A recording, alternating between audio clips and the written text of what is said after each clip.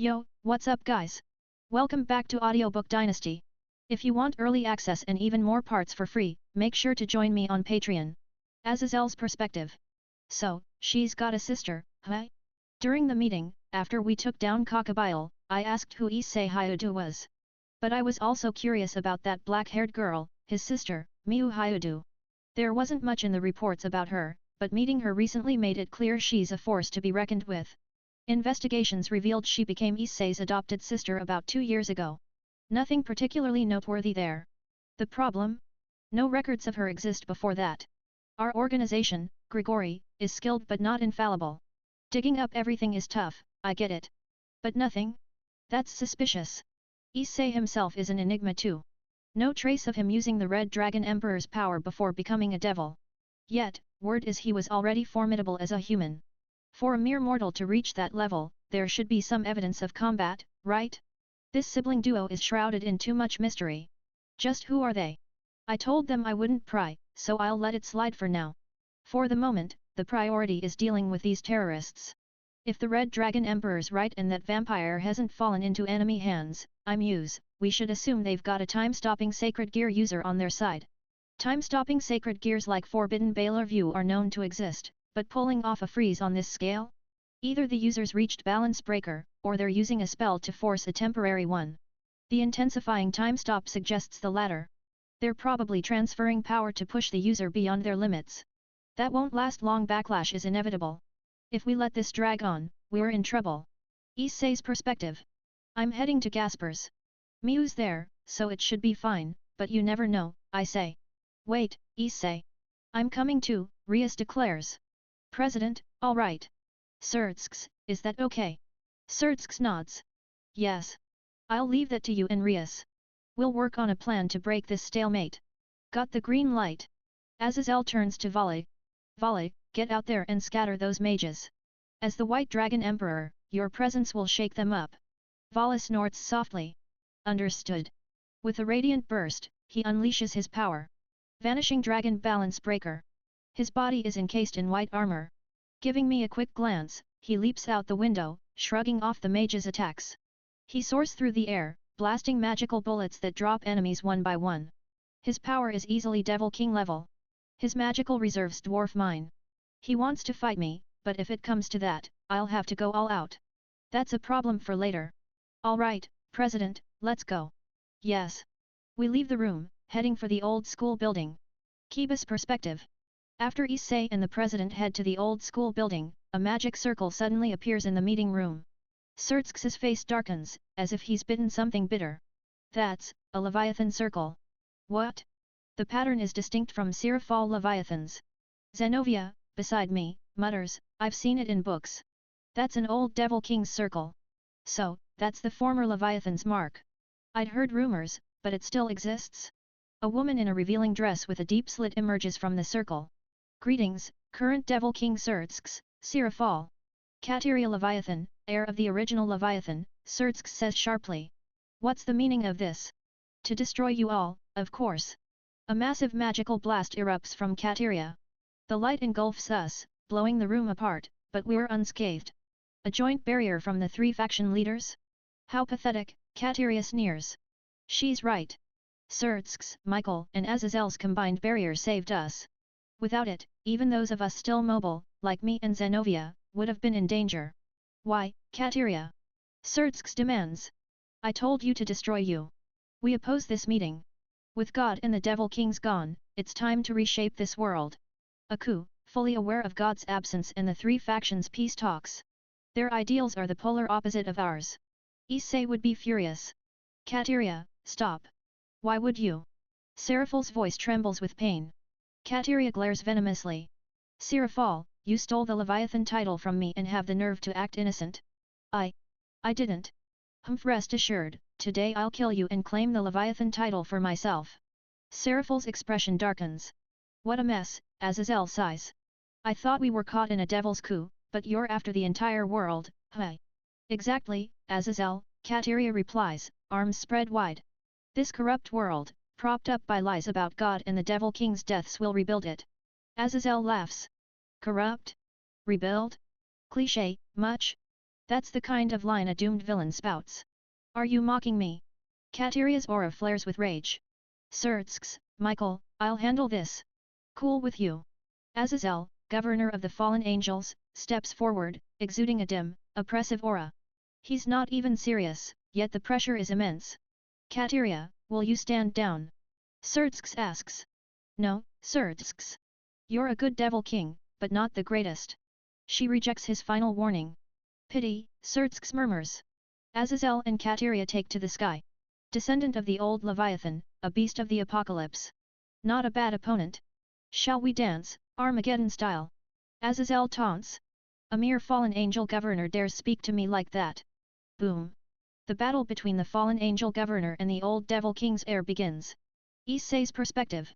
We reach the old school building and rush to the club room. No signs of a fight.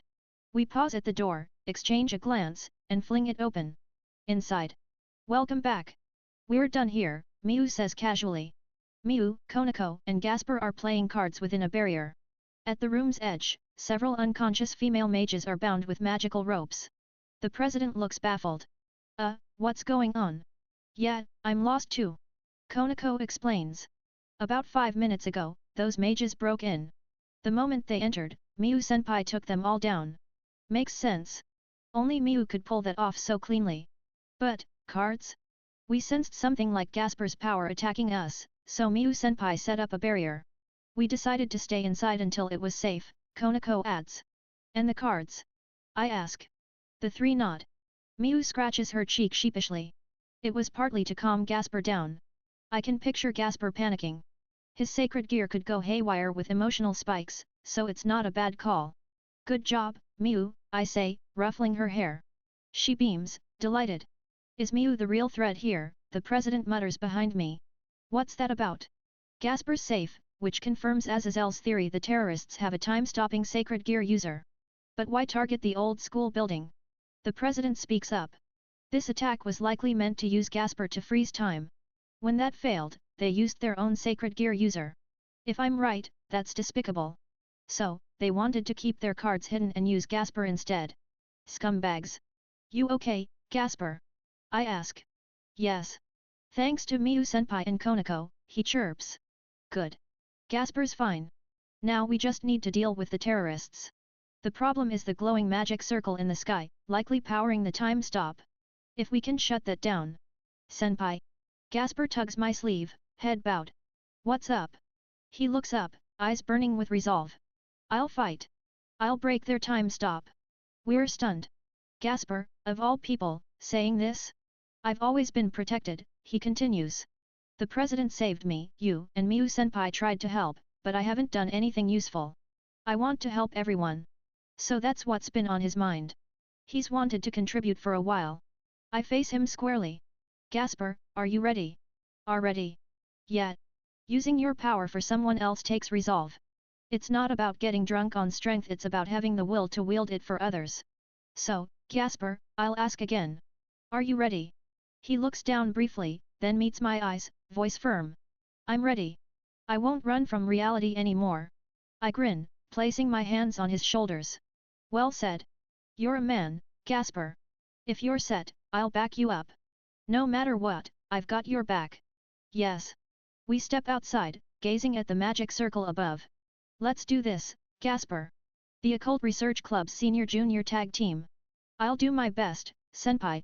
I cut my finger, letting Gasper drink the blood. Thump. My red dragon emperor blood awakens his dormant power. I channel my stored energy to him. Transfer. Gasper's aura surges dramatically. Now, Gasper. Yes. His eyes glow red. The time stop, it's gone, the president whispers. The school's clocks start ticking again. I sense Akeno and Asia moving in the new school building. He did it. You nailed it, Gasper. I shout. I'm exhausted. Gasper's collapses. Konako catches him. Good job, Gasper. The president kneels, hugging him. You've grown, Gasper. I'm proud. He blushes, embarrassed. Okay, his girlish looks are confusing me. Gasper's a boy, Unii-chan, Miu teases. Don't say that. Let's head to the others. They're fighting mages. Thunder and light spears flash from the new school building. Akeno and Gremory are in the fray. Right. Let's move, the president says. Konako, can you carry Gasper? Got it. Hop on, Gasper, Konako says. Thanks. He's drained from the effort. He's done enough. Let's go, everyone. I call. We raced toward our allies in the new school building. Issei's perspective. We reached the courtyard where our allies were. The enemy mages had been nearly wiped out by Kiba, Akeno, and the others. Victory seemed close. Then, boom. Something crashed before us. The sudden impact startled even the president. As the dust settled, we saw. I'm getting sloppy. Betraying us in this situation, Volley. Aazelle, battered, stood there. That's right, Aazelle, Volley, the White Dragon Emperor, descended, radiating white light. Beside him was an unfamiliar woman. Whoa! Her outfit was provocative low-cut, revealing her chest, with a deep slit exposing her thighs. So sexy. I feel a lecherous gaze, she said. Is that boy the Red Dragon Emperor, Volley? Yeah, Volley replied. He doesn't seem like much of a threat, she scoffed. Cateria, you need to sharpen your judgment. He's a disappointment normally, but in battle, he's a different beast. Rude much? I feel insulted. Even Konako's nodding along. Senpai's amazing in fights but hopeless otherwise, Konako said. Sorry for being a perv. Aazelle, brushing dirt off his clothes, faced Volley. Since when, Volley? On the way back with Cockabile, they made me an offer, want to fight Asgard. I couldn't resist testing my strength, Volley said. So you joined the Chaos Brigade, Aazelle muttered. Chaos Brigade? What's that? I wasn't the only one confused. Surtsks and Sirafal looked clueless too. Seeing our expressions, Aazelle explained, I started mentioning it at the meeting but got cut off. Our deputy, Shemhazai, uncovered a group gathering dangerous elements from the three factions. That's the Chaos Brigade. So Vol is with the terrorists? And their leader is Ophis, the infinite dragon god, Aazelle added. Everyone, including the president and Surtsks, froze in shock. Ophis, so he's moving, Surtsks murmured grimly. Who's Ophis? Some big shot dragon? Ophis, huh? A nostalgic name, Dre grumbled. You know him, Drake? Of course. He surpasses me and Albion. The strongest dragon, a god among dragons. The mightiest being in this world. I was speechless. That guy's leading the terrorists? Aazelle gave a wry smile. Fighting a god, huh? Typical Volley. Cateria mocked him. Vala Lucifer provided intel and groundwork for us, the old Devil King faction. You knew his nature and let him run free, Aazelle. You've choked yourself. Wait, Lucifer? Vala Lucifer? Vala placed a hand on his chest, facing me. I'm Vala Lucifer, grandson of the original Devil King Lucifer, born of a devil father and human mother. A half-breed. Wings of light and devil wings sprouted from his back. Unbelievable, the current White Dragon Emperor is devil royalty. Lies, it can't be. The president gasped. Aazelle confirmed it. It's true. His mixed blood let him host the White Dragon Emperor. He's a walking paradox, destined to be the strongest White Dragon Emperor ever. The strongest White Dragon Emperor. Why does my generation get this overpowered freak? He's absurd, I muttered. You're one to talk, Issei Hyoudou, Vala shot back. A mere human turned devil with power to rival mine. You're the real anomaly. Ugh, him saying that pisses me off. He's not wrong, partner. Your strength is outrageous to others, Drake chimed in. Don't agree with him, Drake. Cateria's aura surged. Time to get serious, Aazelle. Ophis's snake, huh? Your old Devil King faction borrowed his power. Aazelle asked. Yes. Ophis, with his infinite might, lend us strength to crush foolish leaders like you, Cateria replied. Foolish? Maybe I am. I'm just a sacred gear nerd relying on Shemhazai. But Surtsks and Michael? They're far better than you lot, Aazelle said. Enough nonsense. Cateria glared. Aazelle pulled out a dagger. I'm such a sacred gear geek, I made my own. Most are junk, but the god of the Bible? His work was genius. Though, leaving balance breaker powers that can kill gods was sloppy. That's what makes sacred gears fun. In our new world, sacred gears won't exist. The world will function without them. Even Odin will eventually join us to reshape it, Cateria declared. Ha! You think Odin will steal your thunder? Either way, you're done here. Anyone who takes my fun away disappears. Aazelle gripped the dagger in a reverse hold. This is Downfall Dragon Spear, my finest artificial sacred gear. And now. The dagger morphed, light bursting forth. Balance breaker! Aazelle roared. A flash enveloped the area. When it faded, Aazelle stood in golden armor, 12 black wings unfurling, a massive spear in hand. Downfall Dragon Spear Balance Breaker Downfall Dragon Another armor. The dragon's aura was unreal. He made this himself? This goes beyond obsession. Haha. Impressive, Aazelle. Vala laughed, thrilled by strength. Aazelle glanced at him. I'd love to fight you, but today, play nice with the Red Dragon Emperor. Vala smirked at me. That was always the plan. Play nice? With this guy? Bring me someone normal or a cute girl. Come on, Aazelle taunted Cateria. Don't underestimate me. Cateria, cloaked in a massive aura, charged. But. Splatter. Ballad. Blood sprayed from Cateria. Aazelle's spear slashed her deeply in a split-second clash.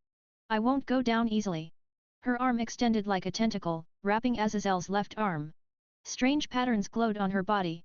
If I can destroy you, my death here will be worth it, she screamed. Self-destruct, huh? But. Slash. Aazelle severed his own left arm with a light spear. Blood gushed as the arm disintegrated. Light is poison to devils. A cheap trade. Aazelle's spear pierced Cateria's head. Her body turned to dust, vanishing into the sky without exploding. At best, it cost me an arm, Aazelle said, his armor dissipating, revealing a purple gem in his hand.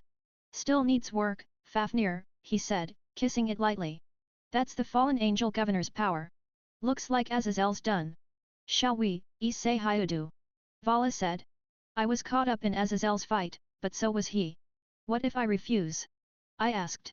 Vala touched his chin. I'd start by killing your family. Maybe your sister first. Miu flinched. He said it knowing I can't refuse and he'd do it without hesitation. Fine. I'll fight you, Vala, I said, stepping forward. Miu grabbed my sleeve, her face full of worry. It's okay, Miu, I reassured her. But. She looked ready to cry. I hugged her tightly. Don't worry. I won't lose. Trust me and wait. You think I don't trust you? I always do, she said. Then trust me now. Your big brother won't lose to anyone. Just, don't be reckless, she pleaded. I know. I turned to Vala. Let's do this. I've been waiting for this moment. Entertain me, he grinned. A brief silence. Balance breaker. I shouted. Welsh Dragon Balance Breaker. A torrent of red aura surged, cloaking me in the red dragon's armor. I'm winning this for my sister. Red and white collided. Aura. I thrust my fist, firing an energy blast. Humph. Vala swatted it aside with a swipe. That attack was just a distraction against someone like him.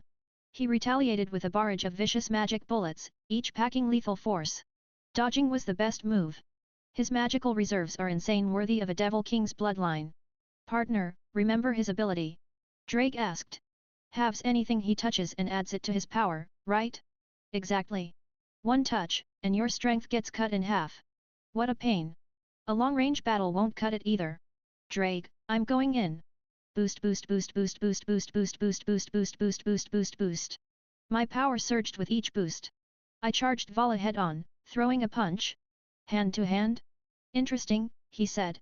Stop enjoying this. I snapped. Our brutal brawl began. My fist connected with his face, his kick slammed my gut. Each clash shattered our armor. Divide. Vala's voice rang out, and my strength waned his having ability. Boost. I instantly doubled my power, restoring it. But Vala, now boosted by my stolen strength, was even stronger. Fighting him with just the Red Dragon Emperor's boosting is tough. I activated Renkin Kakikao, layering physical enhancement over my boosts. Your power's climbing higher than before. What did you do? Vala asked. We're enemies. Why would I tell you? I shot back. Ha, fair enough. Red and white auras clashed again. Fists met fists, kicks met kicks, occasionally trading energy blasts. Each collision sent shockwaves, wrecking the surroundings. Haha. Not bad, Issei Hyoudou. I didn't expect this. Vala laughed, despite taking damage. You're enjoying this too much. I yelled. Of course. My fated rival matches my power. What's not to love? Whatever. Battle maniac. Uoo. I roared. HAAA, he countered. Our fists smashed each other's faces, shattering our helmets. That hit hurt a lot. I'm taking serious damage. We're dead even.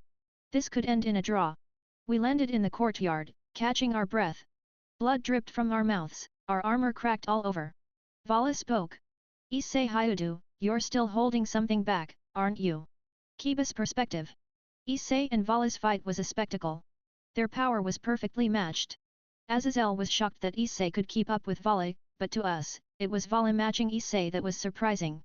Issei's already at Devil King level. We'd never seen him struggle like this. This is what a full-powered Devil King fight looks like. Their fists alone carved craters in the courtyard, devastating the area. Hey, Surtsks, is that Red Dragon Emperor really a low-class devil? Sirafal asked. I know what you mean, Sirafal. He's already at Devil King level, Surtsks replied. Their battle was a deadlock, potentially heading toward a mutual knockout. But Vala's next words shattered that notion. Issei Hyoudou, you're still holding something back, aren't you? We were stunned. Issei, hiding power? No way. He's panting, bleeding. How could he not be at full strength? All eyes turned to Issei. I'm not hiding anything, he said. We gasped again.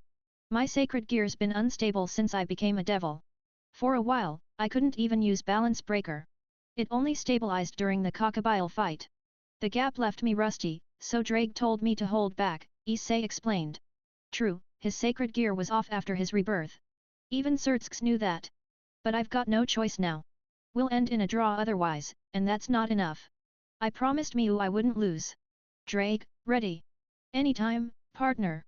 Just don't overdo it. Got it. A red aura erupted from Issei, its waves rippling across the area. Hey, he roared, fists clenched. What's he doing? Red light engulfed him, bathing the school in crimson. When it faded. Balance breaker second tier fight phase heavenly Zenon. Issei stood, his armor transformed evolved. Sparks crackle around me, a storm of electric fury. What the hell is that? Vala's voice betrays his shock, even for someone as seasoned as him. My armor's different now, sleeker, heavier. Boosters jet from my arms, shoulders, and legs, my frame slightly bulkier. This is my ultimate form, my full power unleashed. Second forbidden layer, Heavenly Warrior. This power awoke during my showdown with Sirius, honed beyond the limits of my sacred gear. No time to explain, I snap, urgency spiking my voice. I can only maintain this for so long. Let's end this quick. Drac, let's do this. Let's show partner. Your true power. Drac roars in my mind. XL booster. Boost. A fleeting surge of doubling power. The gem on my gauntlet glows with a blazing B. An overwhelming aura pours from me, engulfing the academy, shattering its buildings into rubble. I take a deep breath. Boom. Gah. Vala grunts as I close the distance in a heartbeat, my fist slamming into his face with a full force straight. He staggers, soaring upward to dodge my follow-up. What? That speed, that power, he gasps. Told you, no time for explanations. I shout. TCH. Vala thrusts his right hand forward. Divide. His having power surges toward me, but it's meaningless now. Your having isn't working. Vala's disbelief is palpable. It's working, I retort, grabbing his outstretched arm. But your having can't keep up with my doubling. My doubling speed in this form is twice that of my base forbidden hand. His power barely scratches me now. I unleash an uppercut, boosters on my arm erupting with aura, amplifying the blow. Vala's jaw snaps back, his body arching violently. Guh, he groans, but he's not down yet. He retreats, firing a barrage of magic bullets stronger than before, each one potentially lethal. Raya! I roar, channeling doubled power into my fist, smashing the projectiles head-on. But Vala's already closing in a decoy. His kick slams into my head, shattering my helmet. Pain sears through me. Damn, he's still got this much left? But I'm not done either. I grab his leg mid-air and hurl him toward the ground with all my might. Guh. Vala chokes, spitting blood, yet a wild grin spreads across his face. Ha, ha ha ha. This is your true power, huh? Incredible. He pants, eyes gleaming. Albion, I'm using Juggernaut Drive. What? My ears ring with disbelief. Juggernaut Drive? Wait, Vala, Albion's voice cuts in, urgent. You're too damaged. Using it now is too dangerous. I want to enjoy this fight, Albion. Vala begins chanting, voice resolute. I awaken, under the dominion of supremacy. He's actually doing it. Stop him, Vala. Albion pleads. This is bad, Drac warns. In his state, Juggernaut Drive will likely make him lose control. Stop him now. Damn it. I can't let him unleash that kind of power in this town. Drac, we end this now. Got it. Drac responds. Boost. I pool my doubled power, every ounce of it. Ignition booster. My boosters erupt, aura exploding as I rocket toward Vala, breaking the sound barrier. A sonic boom tears through the surroundings, a storm of destruction in my wake. What? Vala's eyes widen. No way I'm letting you use that power here. I roar, pouring everything into one final strike. My arm's boosters flare, aura surging, amplifying the blow's force. The punch connects, sending Vala crashing through the gymnasium, reducing it to rubble. My right arm screams in agony. That's it. I'm done. The heavenly warrior form fades, reverting to my base forbidden hand. Soon, even that will give out. From the debris, Vala emerges, his own forbidden hand gone. Blood coats his silver hair, staining it red. He kneels, gasping, pain etched across his face. A figure descends beside him, clad in armor reminiscent of a Three Kingdoms general. Damn, Vala, you're a mess, he says. By cow. Vala mutters. What are you doing here? Came to save my partner in a pinch. Didn't think anyone could push you this far. Vala's grin is faint but clear. Yet. The Red Dragon Emperor exceeded every expectation. I lost this one. You look pretty satisfied for a loser, Baikao chuckles. It was the best fight, Vala replies, voice steady despite his state. Who's this guy? I wonder, as some random dude crashes the scene and starts chatting like it's nothing. Who are you? I demand. Aazelle steps in, answering for him. That's Baikao, descendant of the victorious fighting Buddha. Hi. In simpler terms, Aazelle adds, he's the heir to Sun Wukong, the Monkey King from Journey to the West. What? For real? Baikao laughs, a carefree edge to his voice. Unlike my ancestor, I live free and easy. Nice to meet ya, Red Dragon Emperor. He offers a casual greeting, but I'm not sure how to respond. He helps Vala up, summoning a staff and plunging it into the ground. A dark void opens beneath them, and they begin to sink into it. Today's fight was fun, Vala calls out. Next time, I'll win, Issei Hyoudou. With that, they vanish. Next time, he'll probably come back even stronger. I sway, my strength spent. My armor dissolves, and I collapse. A gentle touch catches me. I told you not to push yourself, Miu's voice trembles. Sorry, Miu. Made you worry, I mumble. She shakes her head. It's fine. You're safe. That's enough. Miu pulls me into a tight embrace. An hour later, the forces of the three factions are cleaning up the aftermath. They haul away the defeated mages' bodies and start repairing the academy, most of which was leveled in my fight with Vala. Sorry, everyone. Thankfully, the barrier held, sparing the town beyond. The leaders of the three factions reinforced it together. In the schoolyard, Surtsks, Sirafal, Michael, and Aazelle confer, issuing orders to their subordinates. This mess with Cateria was our fault, the demons, Surtsks says, bowing his head. I'm sorry. Aazelle waves it off. Vala caused trouble too. I should have stopped him sooner. His eyes carry a hint of sadness. Something between him and Vala, maybe? Michael steps between them. I'll return to heaven to report on the peace agreement and plan countermeasures against the Chaos Brigade. My apologies for this chaos, Surtsks says. No need, Surtsks, Michael replies. I'm satisfied that we've secured peace among the three factions. Some won't be happy, though, Aazelle adds dryly. Of course, Michael concedes. After centuries of conflict, trust will take time. The Chaos Brigade's opposition is the real issue. Let's coordinate and address it together, Surtsks suggests, earning nods from both.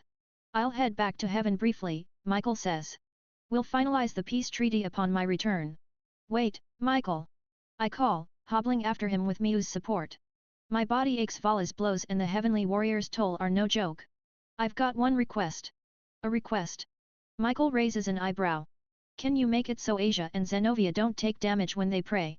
It's my one wish. Despite becoming demons, despite knowing God is gone, they pray daily, enduring pain each time. It's always broken my heart. Michael's eyes widen, as do Asia's and Zenovia's nearby. 4-2, I can manage, Michael says. They're demons now, so approaching the church will be tough, but... Do you still wish to pray, knowing God is absent? Asia and Zenovia straighten, resolute. Yes, Asia says. I want to keep praying, even without the Lord. Likewise, Zenovia adds. In gratitude to the Lord and to you, Michael. Michael smiles warmly. Very well. I'll make the arrangements. Yes. Thank you, Michael. You're a hero today, Issei. This is the least I can do. Now rest, you've earned it. Haha, will do, I say, feeling his genuine concern. Asia, Zenovia, you can pray freely now, I say, grinning. Asia's eyes well up as she throws her arms around me. Thank you, Issei. Pain shoots through me, but I grit my teeth and pat her head. No problem. Thank you, Issei, Zenovia says, her cheeks faintly flushed. Is she embarrassed? That's new. Kiba approaches Michael. About that matter, Michael. Of course, Michael replies. I swear on the holy demonic sword you provided no more sacrifices in holy sword research. We can't keep losing faithful followers. Nice one, Kiba. Way to go. I shout, wincing at the pain. Rest, Issei, Kiba says, concerned. You should sit. I'm fine, I insist, leaning on Miu. I'm heading out, Aazelle says, turning to leave but pausing. Oh, I'll be staying in this town for a while. Did I hear that right? See ya, Issei. Rainare waves, following Aazelle. We'll meet again soon. Soon? What's that about? Days later, in the Occult Research Club room. So, starting today, I'm the advisor for this club, Aazelle announces, slouched in a disheveled suit. Rainare, in a school uniform, chimes in, and I'm enrolling here. Rias, hand on her forehead, groans. Why are you two here? Seraphal's sister pulled some strings, Aazelle says with a smirk. All eyes turn to the student council president, who avoids our gazes. I was persuaded. Or threatened. You sold out the club, Rias says, half laughing, half exasperated. What about Rainare? I ask. I'm here to keep an eye on the governor, she replies. Aazelle chuckles. She says that, but she was thrilled about seeing the Red Dragon Emperor. Governor. Rainare blushes, grabbing his collar. Wait a sec, Aazelle, your left arm. I'd cut it off, but it's back.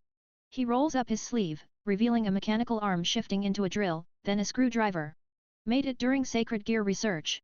Universal arm, pretty handy. An artificial arm, huh? Anyway, you lot are stuck with me, Aazelle says to Rias. Get used to it. I've got Issei, Rias retorts. Sure, but he doesn't know much about sacred gears, does he? My research can make you all stronger. He's got a point. I can help with physical training, but Kiba's holy demonic sword, Gasper's evil eye, Asia's healing, I'm out of my depth. Azazelle's expertise could be a game changer. Call me Teacher Aazelle from now on, he says, pointing to himself. Teacher Aazelle? Kinda weird. Oh, almost forgot, he adds. Sertsks had a message. From my brother? Rias asks. Yeah. He stayed at Issei's place once and saw the value of familial bonding. So, in the name of Sertsks Lucifer, he decrees, all female members of the Occult Research Club will live with Issei Hyoudou. What? Why? Not that I'm complaining about living with the girls, but still. Oh my, looking forward to it, Issei Akeno hugs me, her chest pressing against me. Oh, those. But will there be enough room? Miu asks, practical as ever. Rias sighs. Guess I'll ask my brother to expand the house. Expand the house? Something tells me things are about to get wild. But living with everyone? That might just be fun. Issei's second forbidden lair, Heavenly Warrior, finally revealed. Inspired by Bleach and Extreme Gundam's combat evolution, this is Issei's strongest form yet. Picture boosters on his arms and legs, enhancing speed and power. It doubles his doubling speed and boosts melee combat, but the drawback is intense physical strain, leaving him in pain akin to severe muscle soreness. With training, he'll overcome this weakness. Note, new story is out, if you want to check it out. Search-transferred to Kivados, I solve everything with my fists. 2 days after the peace agreement among the three great factions, summer break arrived. It was early that morning when a strange sensation jolted me awake. Something felt off, down near my lower half. And it was oddly pleasant. What the heck? Something was moving under the blanket, creeping up toward my chest. Arrival, a voice sang out. A beautiful girl with long black hair emerged, Akino-san. And she was naked. Her breasts, her thighs, pressed against me, their softness overwhelming my senses. Akino's body was impossibly supple, like a dream. Fufu, Issei-kun, you're bursting with energy this morning, she said, her cheeks faintly flushed. So big already? Big? No way. Did you see it, Akino-san? I stammered. Only through your clothes, she teased. No way. Even if it wasn't direct, she saw that. This is the worst. Oh, don't be so shy, Akino said, her voice soothing. It's only natural for a boy. Akino-san, that's not helping. Her slender fingers traced along my body. Your physique is so strong, Issei-kun. And a man's skin feels better than I expected. Or is it just you? So, what do you think of my body? It's amazing. I blurted out. I'm glad, she purred, leaning closer. You can enjoy it more, you know. Even with others sleeping nearby, we could be sneaky, wouldn't that be fun? Blood spurted from my nose. Akino-san, you're too much. Sometimes I swear she's even wilder than me. She shifted, straddling me, her gaze locking onto mine. So, Issei-kun, how about we? Her face inched closer. No way, is this happening? Right beside me, Miu, Rias, and Asia were fast asleep, their soft breaths filling the air. Are we really doing this here? My rational mind screamed in protest. But damn it, my instincts were screaming something else entirely. I was ready to give in to Akino. What are you doing, Akino? A voice cut through. I glanced over, heart sinking. There stood Rias, radiating an aura of pure fury. Terrifying. Big sis Rias is terrifying. Akino, unfazed, clung to me tighter, as if flaunting it. Just some skinship, she said sweetly. Starting the morning with my adorable Issei-kun. Her words sent Rias's mood plummeting further. Trembling with rage, she snapped, "You're Issei-kun? Since when are you his master?" "I don't need to be his master to dote on him," Akino shot back. "It's a senior's duty to spoil her junior, isn't it?" "Senior, hi." Rias's voice was icy. "This is my sanctuary. Asia or Miu, fine, but no one else gets to barge in. This is our room, Issei's, and mine. Since when did my room become ours? News to me." "Oh my, Rias, you're so possessive," Akino teased. "Scared I'll steal him away. We need to have a talk," Rias growled. Her aura surged, crackling with power. Akino countered with a golden glow of her own. Their energies clashed, sparking audibly. "Hey, what's going on here? It's morning. What's with this showdown? Is this my fault?" "It's totally my fault, isn't it? Asia, Miu, wake up already. How can you sleep through this? Should I wake them? Their sleeping faces are too cute to disturb." Thwack! Thwack! I turned toward the sound. Rias and Akino were hurling pillows at each other. "What is happening this morning? You always try to touch what's precious to me," Rias shouted. "It's just a little fun," Akino retorted. "You're so stingy, Rias. This house was just renovated, and I won't let you do whatever you want. Surtsk said to live harmoniously. My brother and you are always getting in my way. I'm done. Lend me Issei-kun. Surtsk would want that." "No way!" Rias yelled. Whoa, their usual refined tones were gone. They were bickering like teenage girls. Despite their poised, ladylike exteriors, they were just girls their age at heart. As I mused on this, their argument escalated. "You talk big, but you haven't done anything with Issei-kun," Akino taunted. "Still a virgin, too scared to even times." "You're a virgin too," Rias shot back. "I could do times if I wanted. Ugh, it's like that pool incident all over again. I'm flattered they're fighting over me, but this is getting out of hand." "Wait a second." I replayed their words. "Renovated house?" I noticed the bed massive, easily fitting 5 of us with room to spare. A canopy above? The room was huge, 3, maybe 5 times its original size. The TV was a sleek new model, and the gaming console was cutting edge. What the heck? This isn't my room. I bolted out, racing through the house. The hallway was twice as wide. Where am I? This looks like a luxury hotel from TV. As I dashed downstairs, I recalled yesterday. The occult research club girls moved in, and there was talk of renovating because the house was too small. But, while I was sleeping, I burst outside and gaped at the house. It was over twice its original size, now a 6-story mansion. "What the hell is this?" I shouted. At breakfast, in a dining room 5 times larger than before, Dad looked around, impressed. Demonic power is something else. Renovating while we slept. Around the massive table sat me, my parents, Miu, Rias, Asia, Aquino, Zenovia, Konako-chan, and Rainare. I nodded. Demonic power is wild. I didn't expect a before and after like this. Rias bowed to my parents. Father, mother, thank you for welcoming my club members. No trouble at all, Rias, Mom said. We love the lively household. Treat us like family, everyone. The club members nodded. My parents, aware of the three factions, had celebrated the peace treaty like it was their own victory. They weren't fazed by Rainare, a fallen angel, living here. I wondered if angels would move in too. Knowing my parents, they'd roll with it. Mom brought out a blueprint. First floor, guest room, living room, kitchen, Japanese-style room. Second floor, Issei, Miu, Rias, and Asia's rooms. Third floor, our room, study, storage. Fourth floor, Aquino, Zenovia, Konako-chan, and Rainare's rooms. Each member had their own room. How many rooms were there? Chandeliers, a giant TV. This place was unreal. Fifth and sixth floors are empty for now, Mom continued. Guest rooms or meeting spaces. For demon business, right? Yes, Rias confirmed. We'll use them for meetings. Let me know, and I'll prepare tea, Mom offered. Thank you, Mother, Rias said. Mom's even accommodating demon work. That's next level. The house was a 9-story mansion, 6 above ground, 3 below, with an elevator, theater, gym, indoor pool, and grand bath. Demonic power was insane. Oh, Tia's moving in too, Mom added. What? I yelled, my second scream of the day. Back to the underworld? Rias asked after breakfast. We were lounging in my now massive room, joined by Kiba and Gasper, so the entire occult research club was present. Yes, Rias said. Every summer, I return to the underworld. Got it. So, what's the plan for summer break? I had nothing lined up. Any plans, Miu?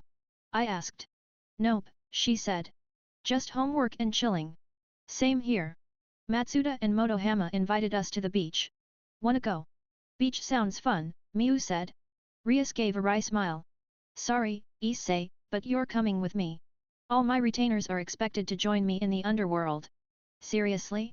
Well, it makes sense, servants follow their master. Guess I'll have to ditch Matsuda and Motohama. I'll email them later. So, the demon club members are headed to the underworld. But what about Rainare? What about you, Rainare? Coming with us? I asked. Sorry, I've got work here, she said. Work? Remember I mentioned being the Governor-General's secretary, she said. Oh, right, when Azazel-sensei revealed his identity, I recalled. That moment was unforgettable. I'm also the deputy director of Gregory's diplomatic bureau, Rainare added. Just a stand-in, though. Everyone gaped. This town's a key hub for the three factions, she explained. I handle talks with demons and angels security, among other things. Rainare was a superstar. I knew she was capable, but deputy director? Wow. I knew about the talks, but not that you were the fallen angel envoy, Rias said. Rainare laughed awkwardly. Yeah, the actual deputy director collapsed from overwork, so. Wait, was that one of the people hospitalized? The underworld, huh? Miu mused. She'd never been, not being a demon. Probably curious. No plans? Come with us, Rias offered. Really, Rias-san? Miu asked. You can't join the Young Demons gathering, but sightseeing's fine, Rias said. Young Demons gathering? I asked. This isn't just a homecoming, Rias explained. My brother proposed a networking event for the next generation of underworld leaders. As the Gremory heir, I have to attend. Makes sense. Miu at a demon event would stand out, though she'd probably draw attention just sightseeing. What's Azazel-sensei doing here? I asked. Everyone turned. There stood Azazel-sensei, the fallen angel governor-general and club advisor, in a stylish dark kimono, holding a paper bag. Where'd you come from? Rias blinked. The front door, Azazel said casually. Didn't sense a thing, Kiba muttered. Catching Azazel's presence was beyond them. Just needs more training, Azazel said. Issei, where are your parents? Dad's at work, Mom's shopping, I said. Bad timing. Wanted to greet them, he said. Greet them. My students are staying here, he said. It's only proper, especially with the three factions involved. Everyone nodded, impressed. He's surprisingly proper about this stuff. You thinking something rude? Azazel asked, squinting. We shook our heads, laughing nervously. Nope, not at all. What's in the bag? I asked. Got some fine steak for your parents, he said. Can you pass it along? Sure, I said, taking the bag. 2 bottles. I felt almost guilty for his generosity. You're heading to the underworld, right? I'm coming, Aazelle said, flipping through a notebook. Your schedule, Rias's homecoming, introducing retainers to the current head, the young demons gathering, and training. I'm mainly there for the training, but I've got meetings with Surtsks. What a hassle. He sounded genuinely annoyed. Hard to believe he's so trusted by his subordinates. Rias turned to him. So, you're coming with us, sensei? Should I book your travel? Sorry for the trouble, he said.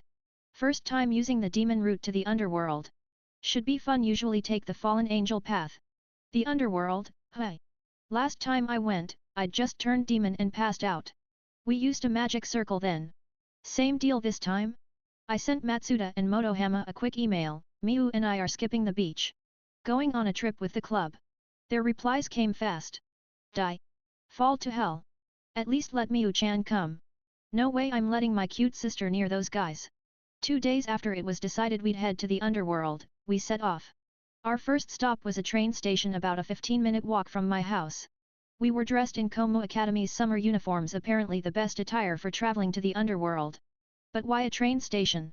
That question nagged at me as I followed Rias to the station's elevator. Issei, Asia, Zenovia, and Miu, get in first, Rias instructed. I'll go down with you. Go down. I echoed, confused. This elevator only went up, didn't it? Miu seemed to share my confusion, a question mark practically hovering over her head. Come on, stop blinking and get in, Rias said with a wry smile, beckoning us. Fine, I'd trust Rias. I stepped inside. Aquino, handle the others, Rias called. Got it, Aquino replied. The elevator doors closed. Rias pulled a card from her skirt pocket and swiped it across the electronic panel. A beep sounded. Then, clunk. The elevator started descending. There was actually a down. It felt like something out of a wizard movie. The elevator stopped, and the doors opened to reveal a vast, artificial cavern. Whoa! An underground hollow right beneath our town? I had no idea this existed. Soon, Aquino, Azazel-sensei, and the others joined us. Everyone's here, Rias said. Let's head to platform 3. Following her lead, we walked to the platform, my eyes wide at the surreal surroundings. Everything felt new and astonishing. Whoosh! A whistle blew, and the train lurched forward. Rias sat in the front car, as was customary for the master, while we retainers occupied the middle and rear cars. Miu, being a tourist, didn't have to follow the same rules. The train's interior was luxurious, like a hotel suite I'd only seen on TV. A few minutes after departure, we were gliding through a dark tunnel.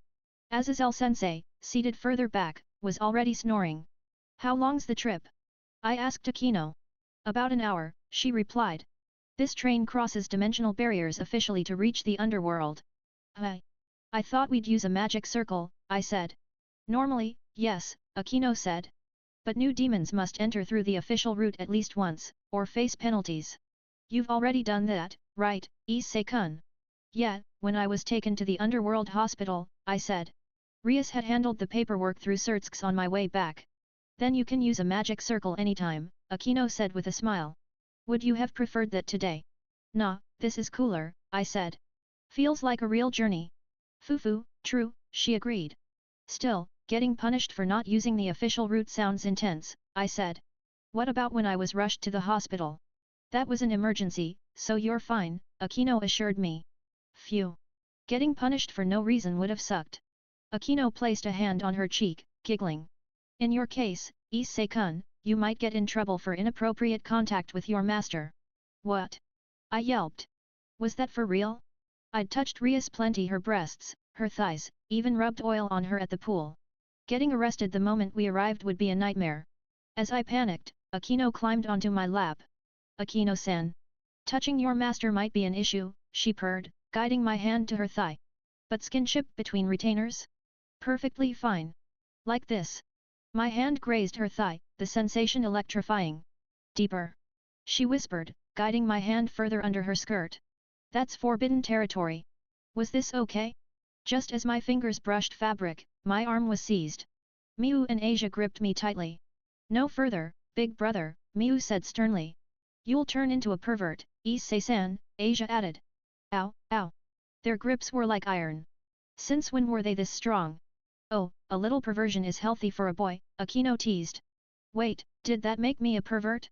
If it meant touching Akino, I could live with that. I glanced at Konako-chan, expecting her sharp comeback, but she was staring out the window, lost in thought. What was up with her?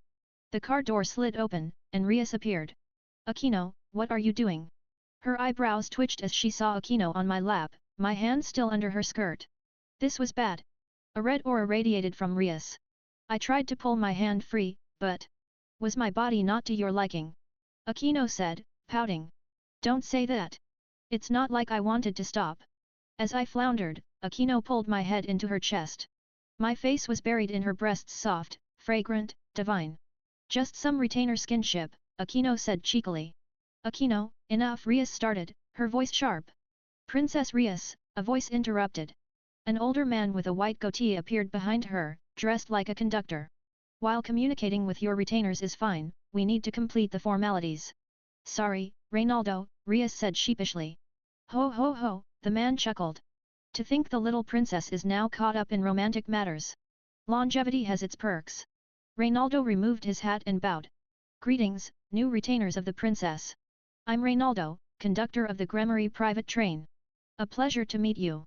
Nice to meet you. I'm Issei Hyoudou, Rias Sama's soldier, I said. I'm Asia Argento, a bishop. Pleased to meet you. Asia chirped. I'm Zenovia, a knight. Looking forward to working with you, Zenovia added. The new demons introduced themselves. Akino had slipped back to her seat, looking slightly reluctant.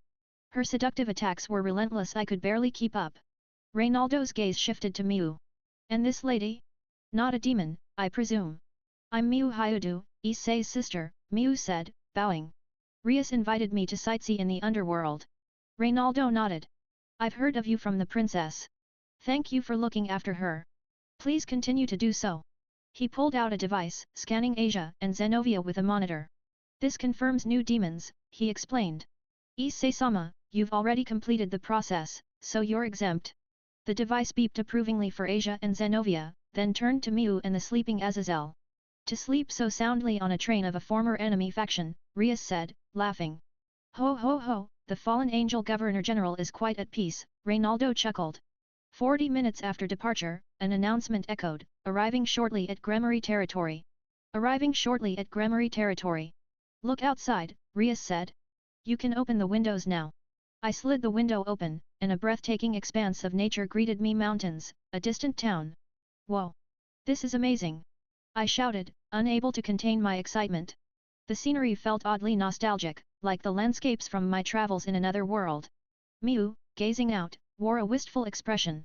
Wonder how everyone's doing, she murmured, likely thinking of her demon friends from that world. I'd brought Miu to this world for her safety, but it meant tearing her from her friends. Without communication between worlds, it was natural she'd feel anxious. I patted her head, whispering, it's okay. Alice is probably handling things. She wanted peace between humans and demons. Alice, a princess, and my comrade in that world, had dreamed of ending the conflict between humans and demons. Even if humans defeated the Demon King, history showed the cycle of vengeance would continue. But if the three factions here could unite, I believed Alice could achieve peace there too. Yeah, Miu said, smiling faintly. Minutes later, another announcement, arriving at Gremory Manor. Thank you for riding. Get ready to disembark, Rias said. The train slowed and stopped. Following Rias, we stepped off except for Azazel-sensei.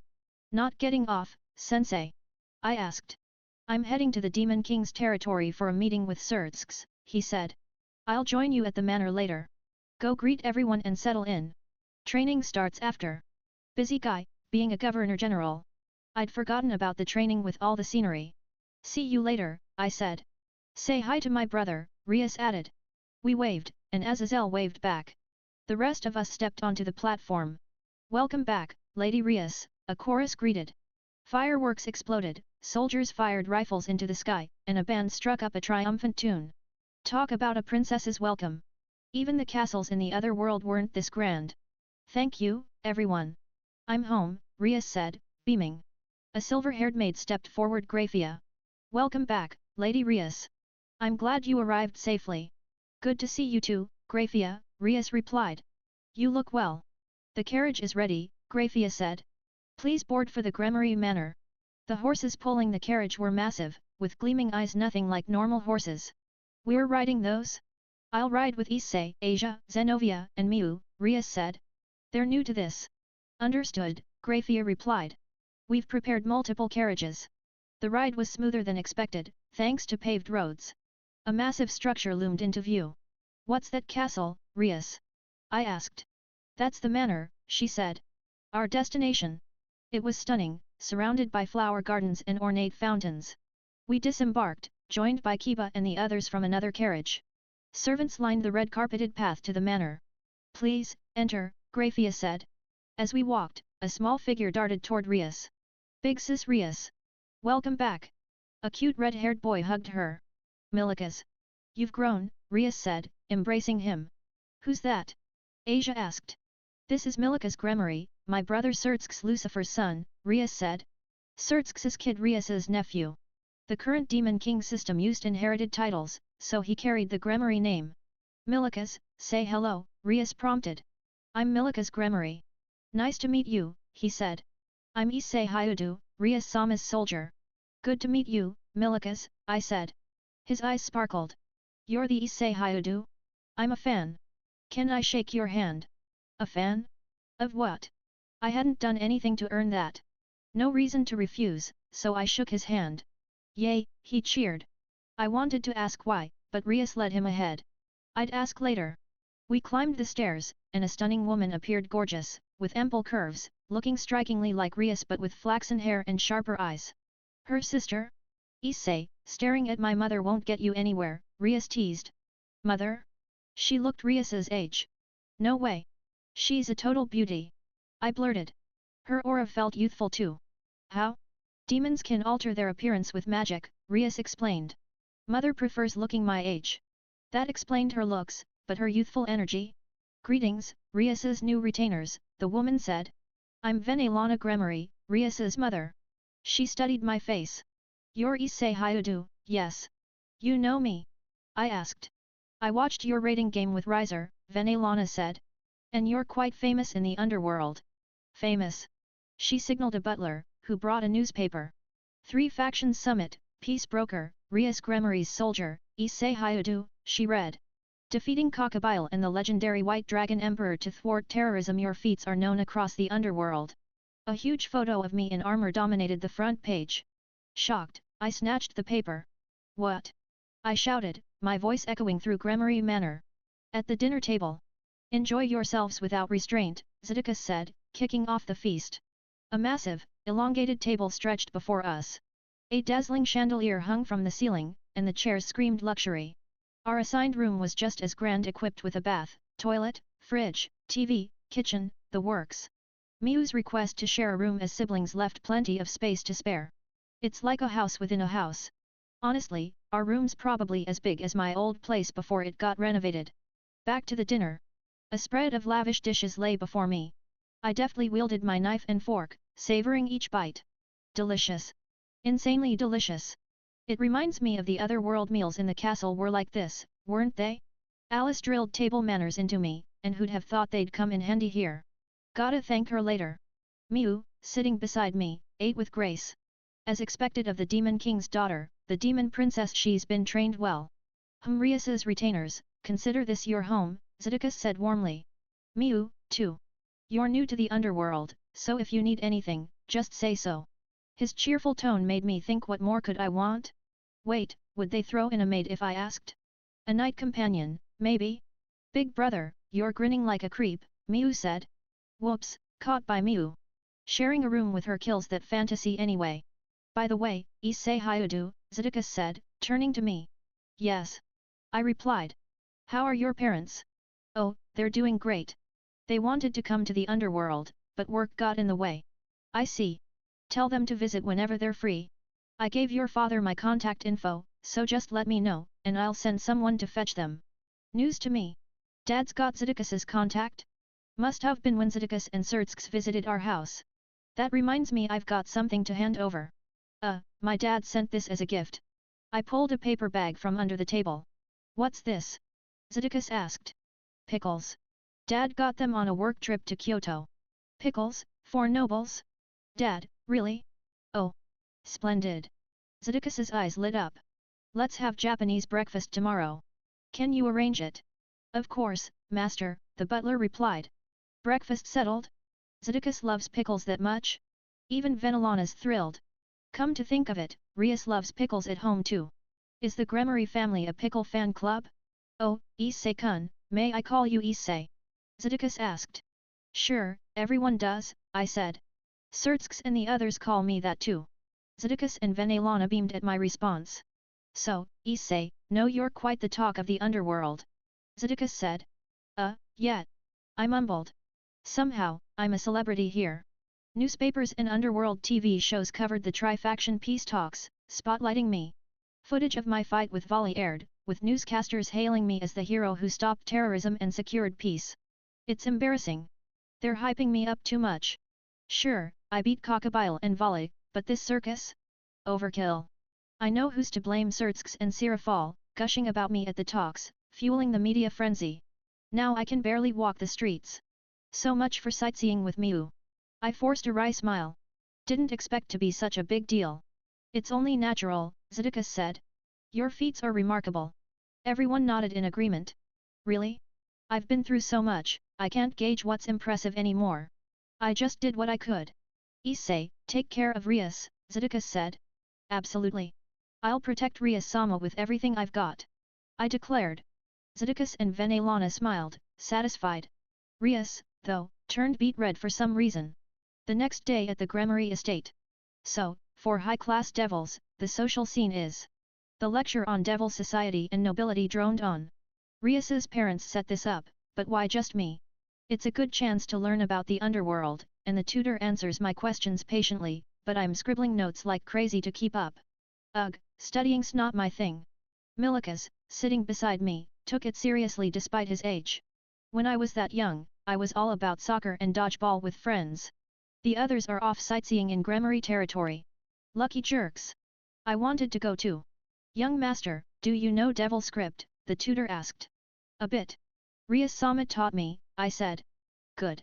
Let's review and build on that. One question first, I said. What's with this young master thing? Since last night, the maids, butlers, and now the tutor call me that. Let's start with writing practice, the tutor said, dodging. That's suspicious. Why, young master? Shouldn't Asia and Zenovia, fellow newbie devils, be here too? The door opened, and Venelana walked in. Grandma. Milikas chirped. To me, she looks like Rias's older sister. How's studying going? She asked with a gentle smile, glancing at my sloppy devil script. As Sertsks reported, your writing's rough, but your effort shines through. She poured us tea delicious. Rias-sama will be back soon, she said. Today's the Young Devils gathering. Right, the event where Rias's peers noble heirs and big shots meet to exchange greetings. Even us retainers have to attend. Studying, meetings, training, the underworld's keeping me busy. After Rias and the others returned from sightseeing, we took a train to the Demon Lord's territory. Miu stayed at the Gremory Manor. 3 hours later, we arrived in a modern city. The buildings had a unique underworld flair but felt cutting edge. Naturally, I zeroed in on the arcade and fast food joint by the station. Sertsks really built those, huh? This is Luciferard, the old underworld capital where the original demon lord Lucifer resided, Kiba explained. So, Vala's family was here. We'll take the subway to avoid a scene, Kiba added. Subway? The underworld's just like the human world. Kya? Princess Rias-sama. A sudden cheer startled me. The platform was packed with devils, screaming like fans at an idol concert. Rias is the demon lord's sister and a beauty, so she's adored by lower and middle class devils, Akeno explained. Of course, Rias is a star here, just like at school. Then I heard more chatter. Didn't Rias-sama's retainer have the red dragon? Yeah, I saw it on TV. Which one is he? Hyoudou Issei, right. They're talking about me. I'm really famous here. Rias spoke to a suited escort. This is troublesome. Let's hurry underground. The private train's ready, right? Yes, follow me, the escort said. Bodyguards, huh? Partner, you don't need those, Drake chimed in. True, but Rias is the Gremory Princess Protocol, probably. They seem capable enough. We followed the bodyguards to the subway. Minutes later, we arrived at a grand hall beneath the city's largest building. The bodyguards couldn't enter, so we parted at the elevator. Everyone, stay calm no matter what, Rias said, her voice sharp with battle-ready intensity. Those we're meeting are our future rivals. Don't show weakness. I glanced at Asia, swallowing hard, clearly nervous. You okay, Asia? I asked. I am nervous, but I'll be fine, she said, stiff as a board. Should I hold her hand? Before I could, the elevator stopped, and the doors opened to a vast hall. A servant bowed. Welcome, Gremory-sama. This way. Following the servant, we spotted figures ahead. Sarayorg. Rias called out. A friend? He approached a ruggedly handsome guy, RH, with short black hair, rare purple eyes, and a pro wrestler's build. His aura was intense, maybe like mine in a fight. Been a while, Rias, he said, shaking her hand warmly. Indeed, Sarayorg. You look well, Rias said. Some are new here. This is Sarayorg Bale, my cousin on my mother's side. Cousin, huh? He does resemble Surtsk's a bit. So Venelana's from the Bale family? I'm Sarayorg Bale, heir to the Great King Bale family, he said. Great King second only to demon lords. His gaze shifted to me, so I introduced myself. Nice to meet you. I'm Issei Hyoudou, Rias-sama's pawn. His retainers gasped, and Sarayorg nodded, as if confirming something. So it's you. That honed body and unique aura gave it away. I've heard of your valor defeating Cockabile and the strongest White Dragon Emperor at the peace talks. Yeah, I mumbled. My reps spreading everywhere. Rias turned to him. What were you doing in the hallway? It's boring, so I stepped out, Sarayorg said. Boring? Are the others here? Rias asked. Agars and Asteroth are here. Even Zephyrdal, he said. Rias nodded, as if that explained everything. What's going on? A massive crash echoed from deeper in the hall. Seriously? Rias and Sarayorg sighed, heading toward the noise, and we followed. The room was trashed, tables and chairs obliterated. Two figures stood at the center, their respective devil factions glaring, weapons drawn, ready to brawl. Zephyrdal, starting a fight here? Are you an idiot? Should I just kill you now? A bespectacled beauty snapped. Ha! Keep talking, bitch. I'm doing you a favor by taking you to a private room to make you a woman. Agars's big sis is too guarded. Still a virgin, huh? That's why I'm offering to break you in, a Yankee-like guy with magical tattoos retorted. Devils have Yankees too? At the room's edge, a boyish devil sipped tea elegantly, his retainers behind him. He seemed gentle but kept eyeing Asia creepily. I stepped between them to block his view. He glared at me briefly. Better keep an eye on him. This was meant to be a casual greeting for young devils, but hot-blooded ones turned it into this, Sarayorg said beside me. What now? Those two need to be stopped. I stepped forward to intervene, but Sarayorg grabbed my shoulder. I'll handle this. It's the Bale heir's job to step in. He strode toward the brawlers. Seek Vera Agars, Zephyrdal Glaciolabalas, any more and I'm your opponent. This is your final warning. A crackling pressure radiated from Sarayorg. Same generation as Rias? This guy's intense. Who are you calling a problem child? Bale's failure, the Yankee lunged at Sarayorg. Boom. A heavy strike sent the Yankee crashing into the wall. Predictable outcome. He's lucky he tried. I warned you, Sarayorg said. You bastard. Damn Bale. The Yankee's retainers moved, but Sarayorg's words stopped them. We have an important event ahead. Heal your master. They froze, then rushed to their fallen leader. How'd he seem to you, Issei? Rias asked, meaning Sarayorg. Honestly? Crazy strong, I said. You've got a wild rival, Bucko. Rias gave a wry smile. The elders arrived, and the young devils, minus the Yankee, gathered in the restored hall. I'm Seek Vera Agars, heir to Archduke Agars. Sorry for the earlier display, the glasses girl said. So she's the Archduke's heir, giving orders in place of demon lords. They do other stuff now, though. Greetings. I'm Rias Gremory, heir to the Gremory family, Rias said. I'm Sana Citrai, heir to the Citrai family, Sana said. I'm Sarayorg Bale, heir to the Great King Bale family, Sarayorg said. I'm Diodora Asteroth, heir to the Asteroth family. Nice to meet you all, the tea-sipping boy said. The heirs greeted one by one. We retainers stood behind our masters. That Yankee's an heir too? Is that okay? Glaciolabalas had a family dispute, Sarayorg explained. Their original heir died in an accident. Zephyrdoll's the new candidate. Yikes, Glaciolabelas is a mess. But that guy is heir? I'm not the only one thinking this, right? What a lineup: Gremory for Lucifer, Citri for Leviathan, Asteroth for Beelzebub, Glaciolabelas for Asmodeus, plus Great King and Archduke. Dream team vibes. You nervous, Hyoudou? Sajji asked. Not, I'm good. Just sleepy from studying devil stuff all morning, I said. Dude, that's bad. Don't yawn, Sajji said. I know. I'm fighting myself here, I said. Don't lose, he said. I'll try. I'm a guy who gets it done. A servant entered. Thank you for waiting. The event is ready. Showtime. The venue had an eerie vibe. We retainers lined up behind our masters. Above us, seats held elderly high-class devils.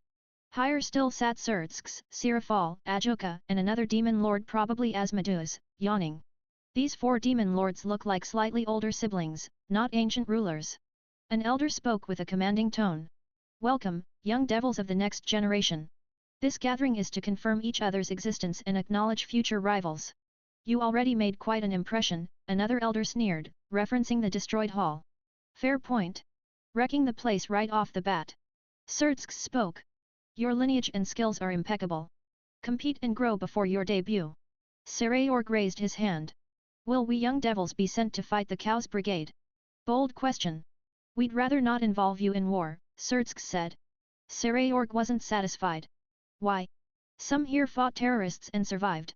As devils, we want to serve the underworld. Sarayorg, your courage is admirable, but it's reckless, Surtsks said. Losing promising youths like you would be a great loss. You're our treasures. Grow steadily. Sarayorg reluctantly nodded. Understood. The elders' complex talks and demon lords' game discussions followed gibberish to a newbie like me. I fought back yawns constantly. Sorry for the long talk, Surtsks said. We have high hopes for you. What are your goals? Sarayorg went first. My dream is to become a demon lord. Bold. The elders gasped. A great king as demon lord? Unprecedented, one said. If the underworld deems me worthy, it'll happen, Sarayorg said. So cool. Surtsks, you asked me about being a demon lord, but Sarayorg's the real deal. Rias was next. I'll live as the Gremory heir and dominate the rating games. That's my near future goal. First I've heard, but it's so Rias. We'll support her all the way. Others shared their goals, then Sana's turn came. My goal is to build a rating game school in the underworld. A school? Nice dream.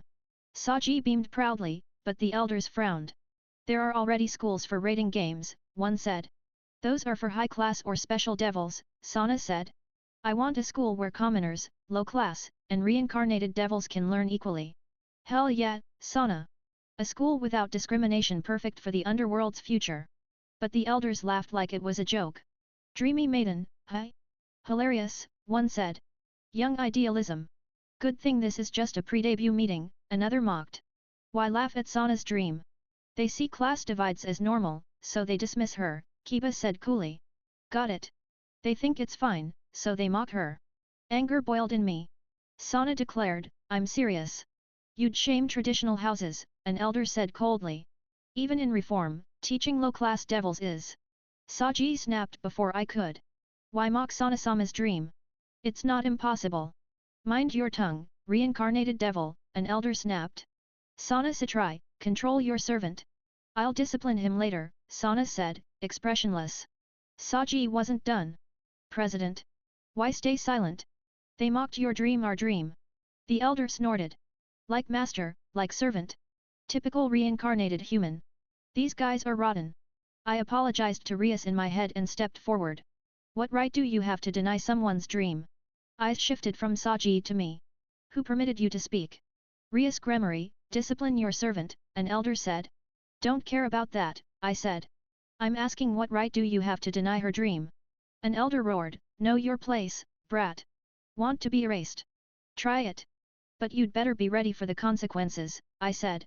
My aura flooded the hall, forming a red dragon behind me. Its eyes glowed, glaring at the elders. This is, one gasped. Listen, I don't want to fight or rebel, I said. But mock my friends again, and I won't hold back. Remember that. Right. Sirafal chimed in, teary-eyed. You ganged up on Sana-chan. I'm at my limit. Keep it up, and I'll bully you with Red Dragon Emperor Kun. Her massive magical power surged. She adores Sana, so no surprise she's pissed. Caught between my aura and Seraphal's, the elders faltered.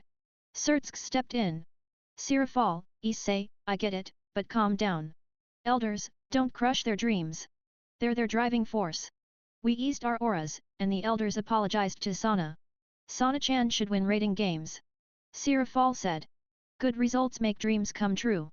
Good idea, Sertsk said. Rias, Sana, how about a game? Whoa, didn't see that coming. Rias and Sana blinked at each other. We planned a Young Devils game soon, Sertsk said. Azazel's gathering fans from all factions to watch pre-debut matches. Gremory vs Citrai? Kuoh Academy Devils duking it out. Rias smirked challengingly, and Sana gave a cool smile. Even if unofficial, facing you feels like fate, Rias, Sana said. I won't lose, Sana, Rias replied. Sparks flew. They're pumped. Rias-chan vs Sana-chan? I'm hyped. Seraphal cheered. The match is August 20th, human time, Sertsk said. Until then, do as you please. Details later. And so, Rias and Sana's rating game was set. So, our first match is against the Citrai family, I said. Back at the Gremory estate, Azazel-sensei was waiting. We gathered in the spacious living room and filled him in on the Young Devils meeting. About 20 days until the match. Azazel muttered, calculating something. Training? I asked. He nodded. Obviously. This game's a factor, but so is the Chaos Brigade. Sertsk doesn't want you young ones involved, and I agree. But the enemy doesn't care about that. True. The Chaos Brigade won't hold back just because we're rookies. Preparing for a surprise attack is crucial. Training starts tomorrow, Azazel said. I've got menus planned for most of you. Everyone's eyes turned to me. Why me?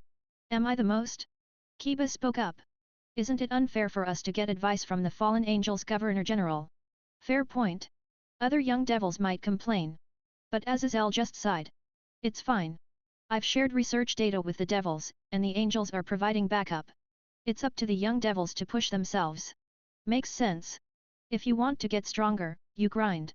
Plus, my Vice-Governor Shemhez is advising the other houses, Azazel added. His advice might even outshine mine. Haha.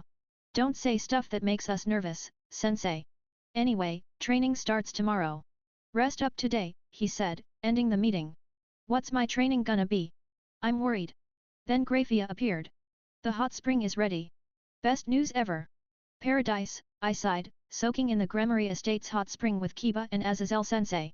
Azazel was in high spirits, singing, When I Go on a Journey. As expected of the Gremory family's hot spring, he said.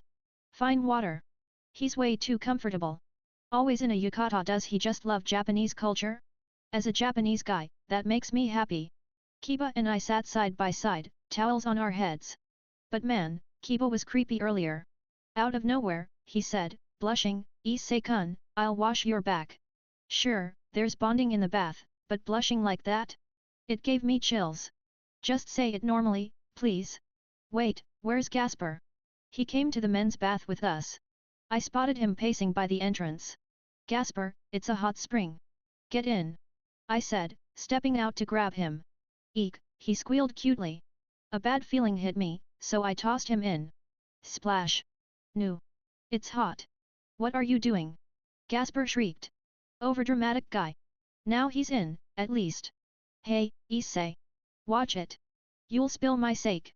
Azazel yelled. Oops, forgot he was drinking. My bad. I slipped back into the water. Azazel leaned in.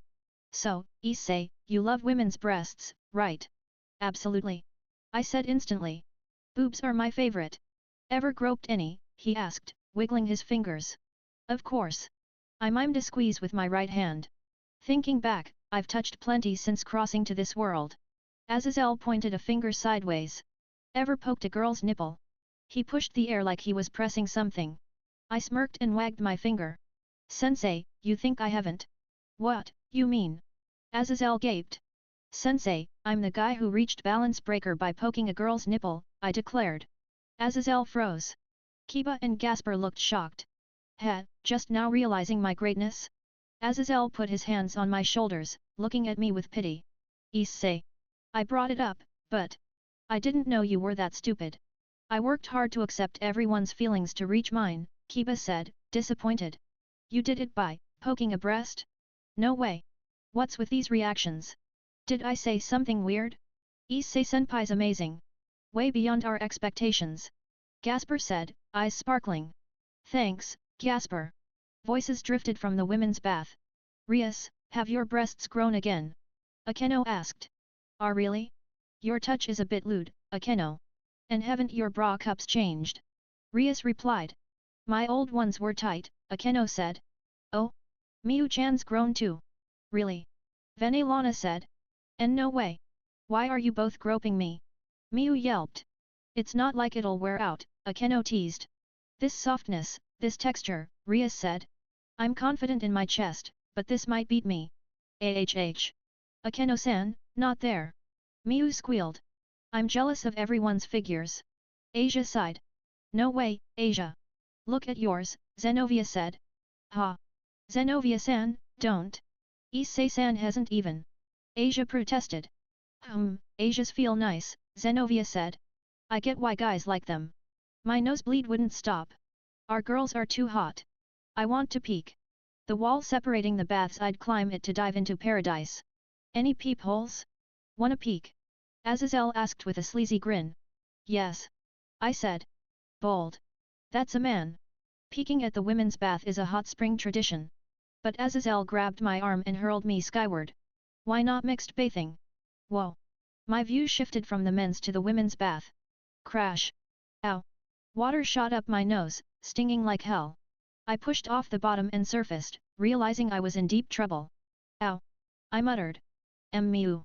I stammered. Hi, she gasped. Miu's face was inches from mine, our noses nearly touching. I was practically pinning her. Neither of us could move, locked in a stare.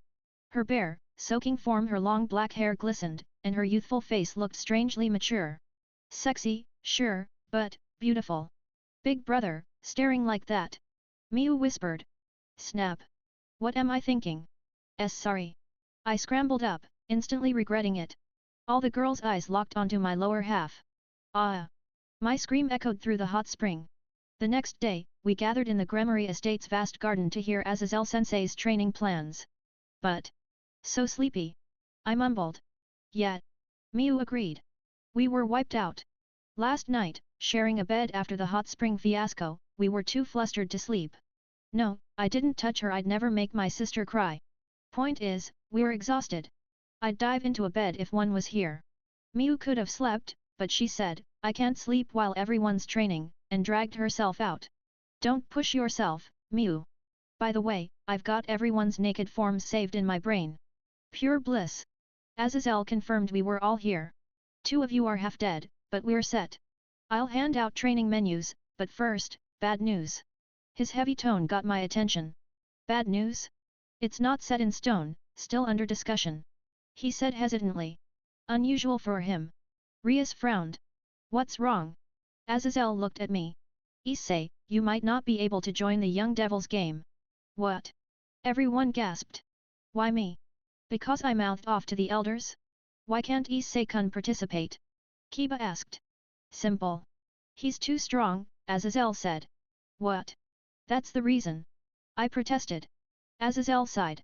I can't argue against it. Why not? Think about your power. Your demon lord class, may be stronger than me. No pre-debut young devil can handle you. Everyone nodded like it made sense. Seriously? You're all okay with this? I'm gonna sulk. Also, when you were reincarnated, Ajuka helped, right? Azazel said. Yeah, I admitted. Rias couldn't have turned you without Ajuka's aid. Some say that's unfair. Fair point. Other young devils didn't get demon lord help. Ajuka did call it special. Fine, I said. Don't take it too hard, Azazel said. Even if you miss this, you'll shine in pro games. Pro games, huh? That's far off. Without Issei, our strength drops, Azazel said to Rias. But it's a chance. Win, and your rep will skyrocket. True, Rias said. We'll be at a disadvantage, but a victory will boost our standing. Smart way to look at it. Man, I wanted to fight. Let's move to training, Azazel said. These menus are long-term. Some will see quick results, others won't. You're all growing, stay on track, and you'll improve. First, Rias. Rias stepped forward. Your talent, magic, and physical ability are top-notch, as Aazelle said. Live normally, and you'll be a high-class devil candidate by adulthood. But you want strength now, right? Rias nodded firmly. Yes. I want to be a worthy king. Then follow this menu, as Aazelle said, handing her a paper. Rias looked puzzled. This is basic training. Exactly, as Aazelle said. You're well-rounded, so basics will boost your power. The issue is your king qualities. A king needs brains and quick thinking to maximize their retainer's strength. Makes sense. Azazel's thought this through. Next, Akeno, Aazelle said. Yes, Akeno replied, looking grumpy. She doesn't like Azazel, maybe because of her dad? Aazelle cut straight to it. Accept the blood in your veins. Akeno flinched, scowling. I saw your rating game with Phoenix, Aazelle said. You've grown, but lightning alone has limits against stronger foes. Combine it with light to become Thunderlight. Otherwise, you'll drag this team down. Accept yourself. That's all I'll say. Go from Thunder Priestess to Thunderlight Priestess. Akeno stayed silent, clenching her fists, lips tight. She knows she needs to change. I believe in you, Akeno-san, you'll overcome this. Next, Kiba, Aazelle said. Yes, Kiba replied. Maintain balance breaker for a full day, then in combat. By the end of this period, aim for a week. I'll coach your sacred gear personally. For swordsmanship, you're retraining with your master, right? Yes, from the ground up, Kiba said. Kiba has a master? Hope they're not as brutal as mine. Next, Zenovia, Aazelle said. Master Durandal better. You're being swung around by it. Control it, and your technique will improve. Got it. I'll try, Zenovia said. Azazel's gaze shifted to Gasper. Next, Gasper. Why yes. Gasper squeaked, trembling. At least he's not hiding in a box. Progress? First, fix that shut-in habit, Aazelle said. Your specs are high, but it holds you back. Overcome it, and you'll shine in games and battles. I've got a shut-in escape plan program for you. Yes. I'll go all out and break through. Gasper said. Sounds like he'll actually break. Aazelle looked at Miu. Miu, support Gasper. He's attached to you, so you'll help him feel secure. Got it.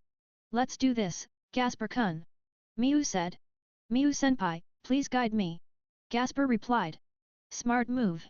Miu's great for Gasper, though can she be strict? Next, Asia, Aazelle said. Yes. Asia said, pumped. Basic training to boost your body and magic. Get better at sending healing aura to distant allies, Aazelle said. Asia's healing range is limited, but she's got the basics down. She'll manage. Next, Konako, Aazelle said. Yes, Konako replied, fired up. You're a stellar rook with great talent, Aazelle said. Your training with Issei has made you formidable. She did thrash Cerberus. Konako's power control has improved. But Rias's team has offensive heavyweights like Issei, Kiba, and Zenovia, Aazelle said. I know, Konako said, looking frustrated. Was she worried about this? Stick to basic training and expose your true self, Aazelle said. Otherwise, you won't grow further. Konako stayed silent, her expression grim. Expose herself? Is she hiding something? Best to leave it alone for now. Finally, Issei, Aazelle said. My turn. I struggled with you, he said. Your magic's average for a low-class devil, but everything else is top tier. I wondered if you even need my advice. Sensei. I said. Don't look so sad, he said. I've got something. Have you used promotion since becoming a devil? I thought back. Not really. Thought so. You haven't needed it, but stronger foes are coming. There's no guarantee you won't face someone tougher. Master every tool now. Using devil piece traits will make you a force. Good point. I forgot about promotion, never needed it. Should have used it against Cockabile or Volley. Someone's coming. Aazelle muttered, checking his watch. Who? I felt a presence from the sky. A massive shadow zoomed toward us. Boom. It landed with a tremor. A 15-meter dragon. Aazelle, bold of you to waltz into devil territory, it said with a grin. It talks. Got Xerxes' permission, Aazelle shot back. Got a problem. Fine. This the kid you want me to train? The dragon pointed at me. This dragon's my sparring partner? Issei, meet Tannen, Blaze Meteor Dragon, a former Dragon King turned devil, Aazelle said. He's your trainer. Tannen, I've heard that name. Drake mentioned the 6 Dragon Kings. Didn't expect to meet one like this. Issei Hyoudou. Nice to meet you, I said. First time training a Drake host, Tannen said. Your exploits reached my ears. Quite the resume. My reps even with Dragon Kings? Gotta stop freaking out about this. Still waiting on the other one. Aazelle muttered. Another? A magic circle appeared, and Tiamat emerged. Tia. I said. Hey, Issei, she said. Fallen Angel Governor called me, so here I am. Bad feeling. Sensei, my trainers are. You got it. Tannen and Tiamat, both Dragon Kings. Train hard, Aazelle said. What?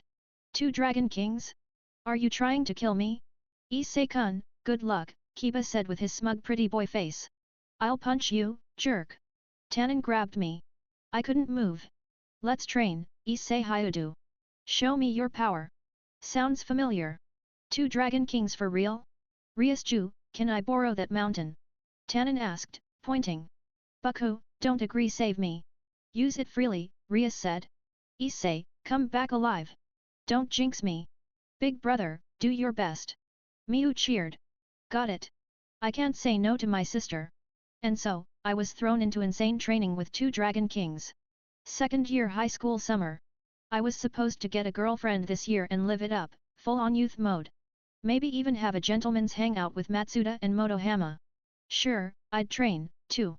But there's a limit to everything. Boom. A deafening clash echoed through the sky. Arg. Why's my training always like this? Damn it. I shouted. My fist slammed into Tannenassen's massive dragon claw, sending shockwaves rippling. Doing this without your sacred gear. Tannen roared. Yeah, I'm fighting a giant dragon bare-handed. Same old, same old? Nah, not quite.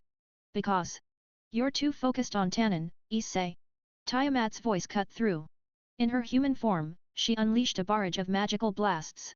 Yup, I'm taking on 2 Demon King class opponents bare-handed. A few days holed up in the mountains, and my tracksuit's shredded. Top's gone, and my pants are basically shorts now.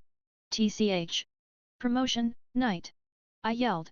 I couldn't dodge her magic barrage, so I promoted to night, zipping out of the way. My training's got 2 goals. First, Aazelle Sensei's task, master the pawn pieces promotion trait. Second, my own goal, get better at wielding Tenbu-Zenin. It's my strongest form, but the duration's short. Aazelle Sensei said stronger enemies might show up, so I need to master it. That means boosting my physical abilities. It's like my usual training with Tiamat just cranked to insane levels. Take this! I roared, forming massive ki blasts in both hands and hurling them at Tannen and Tiamat. Humph! Too weak. Tannen swatted them away. As expected. My real move comes next. You're the weak one, Asen. I shouted, darting behind him the moment his focus shifted. I landed a flying kick to his back. Guh! Tannen grunted in pain. Hell yeah! Payback for my burned tracksuit. Then. Issei, this isn't one-on-one. Tiamat's voice came from behind. I turned, and boom! I hit the ground hard. Ouch! I barely blocked with hard Qigong, but a direct hit would have been bad. Tiamat's merciless as ever. Fighting 2 Dragon Kings bare-handed is reckless, Drake said. Yeah, no kidding. For now, I'll focus on toughening up my raw strength. Helps with learning the peace traits, too. Feeling it yet? Drake asked. Kinda. I'm getting the hang of the power flow when I promote. Over these past few days, I've found the Rook and Knight pieces suit me best. Their traits mesh well with my Renkin Kakikao body enhancement, giving a big boost when combined.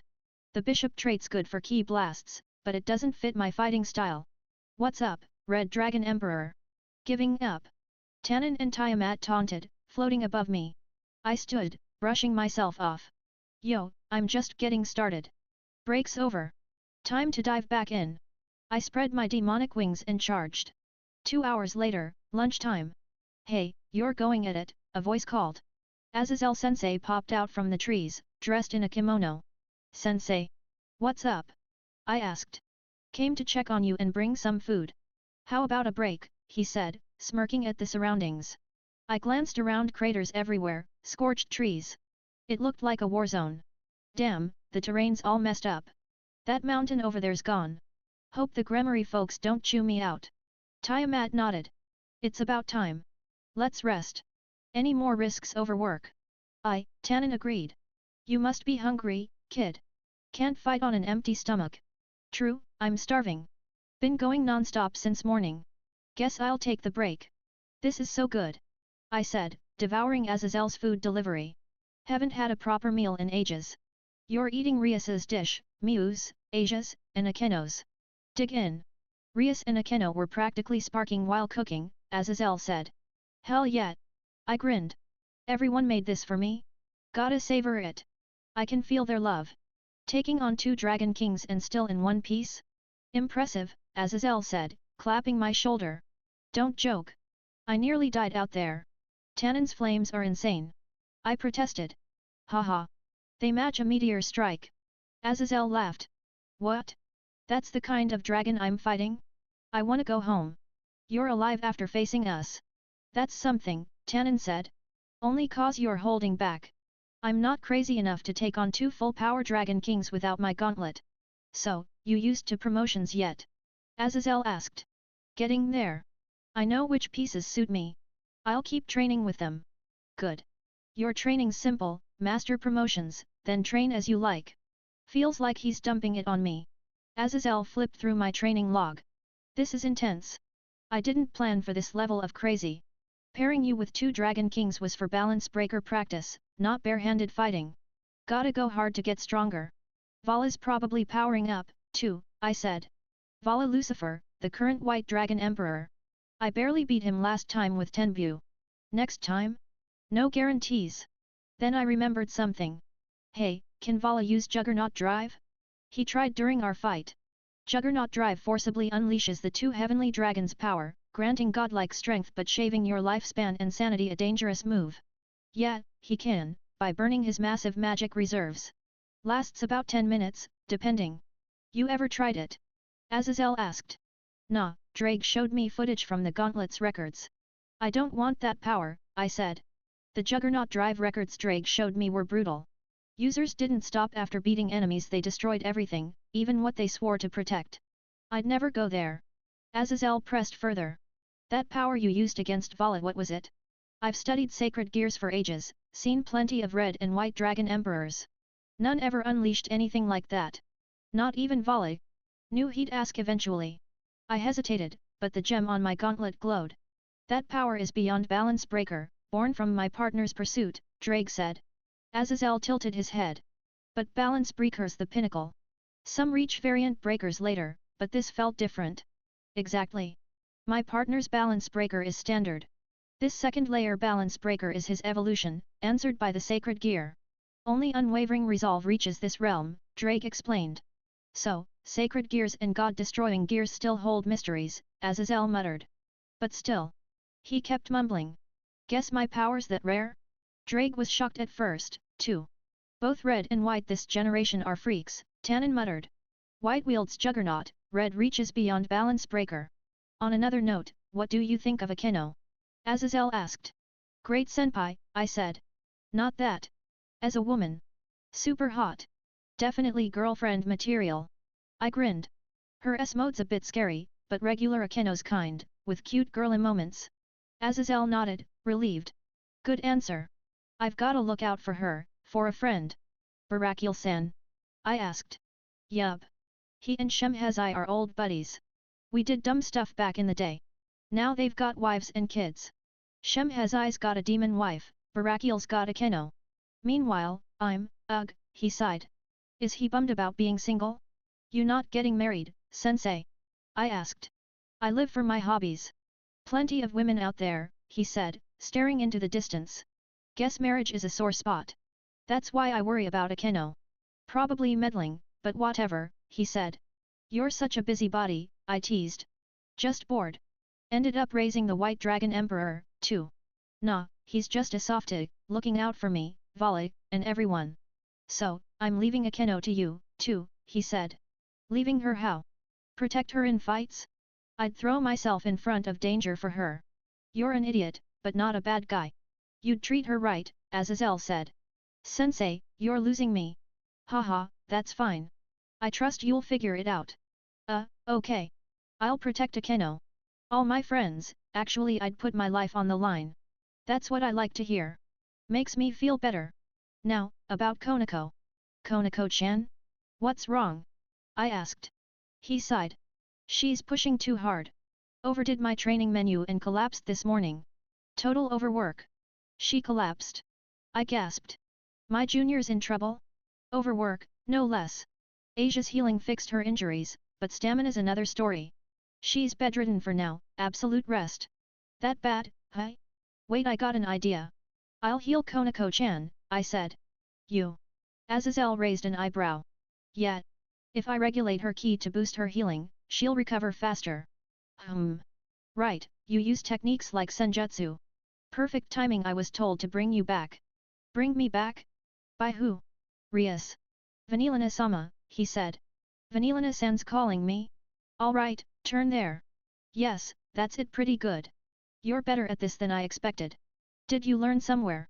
In a separate annex a short distance from the Gremory main residence, I was in one of the rooms getting dance lessons from Vanillina-san. Why am I doing this? As soon as I met Vanillina-san, she led me here, and we jumped straight into dance practice. The lessons I got from Alice back in the day were coming in handy. I'm a bit stiff in places, but I seem to be doing alright, and Vanillina-san even praised me. Dancing so close to Vanillina-san. She's gorgeous and cute, so it's hard not to be hyper-aware. Plus, her soft, ample chest keeps brushing against me, and, well, my body's reacting in all sorts of ways. She hasn't noticed, right? If she did, I'd be in trouble. Calm down, me. Let's take a break. Phew, I made it through somehow. I plopped down on a nearby chair. Man, I'm just not cut out for this stuff. Though, feeling her chest was a nice perk. What is it? Vanillina-san asks. Why just me? What about Kiba and Gasper? I've been wondering this for a while. The Gremory study sessions, now this dance lesson, why am I the only one? If it's about teaching manners, shouldn't those two be here too? Hyoudou-san already has these skills mastered, Vanillina-san explains. Gasper-san, coming from a noble vampire family, knows basic etiquette. The issue is you, Issei-san, a commoner from the human world. But I'm surprised your table manners at dinner and your dancing suggest you've already learned a fair bit. She sounds impressed. Guess my otherworld experience is paying off. Alice told me, learn this, it'll come in handy someday, and I never thought that day would actually come. Alice, you're a lifesaver. It's not perfect yet, but at this rate, you won't embarrass Rias at high society events, Vanillina-san says with a smile. Looks like I won't drag Buku's name through the mud. Might as well ask now, it's a good chance. I feel a bit guilty asking without her permission, but it's been nagging at me for days. One more question, if that's okay. Of course, ask away. It's about the power Konako-chan's suppressing. I heard she collapsed from overworking herself. What exactly is she fighting against? Vanillina-san lets out a small sigh, sits on the chair across from me, and begins a story. There were once two sister cats. It's a tale of two cats.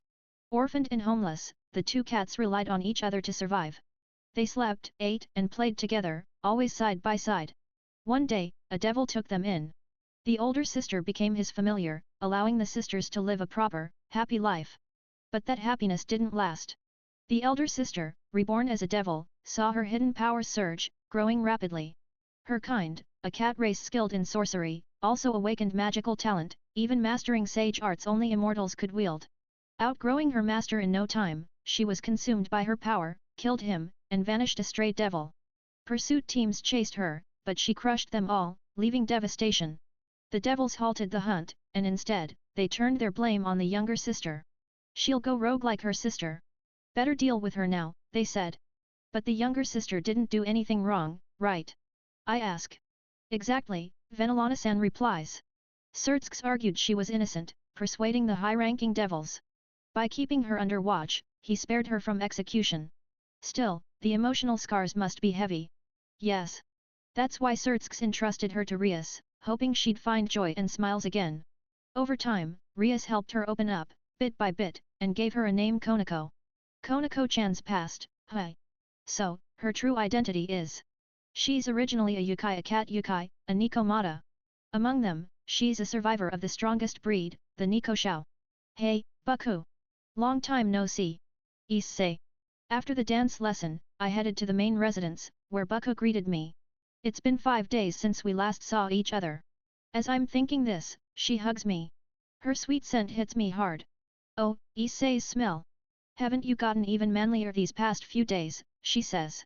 Well, training with 2 Dragon Kings will put muscle on you whether you like it or not, I reply. Are you sleeping okay? Eating well?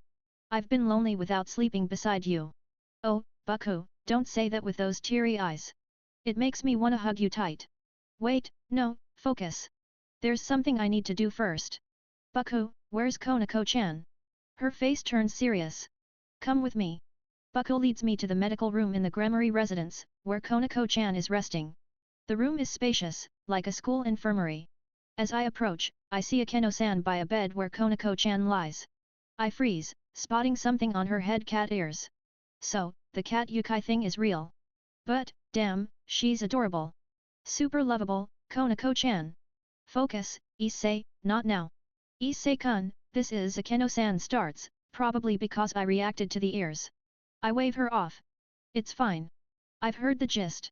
I move to Konako-chan's bedside to check on her. No visible injuries. Asia's healing would have fixed those anyway.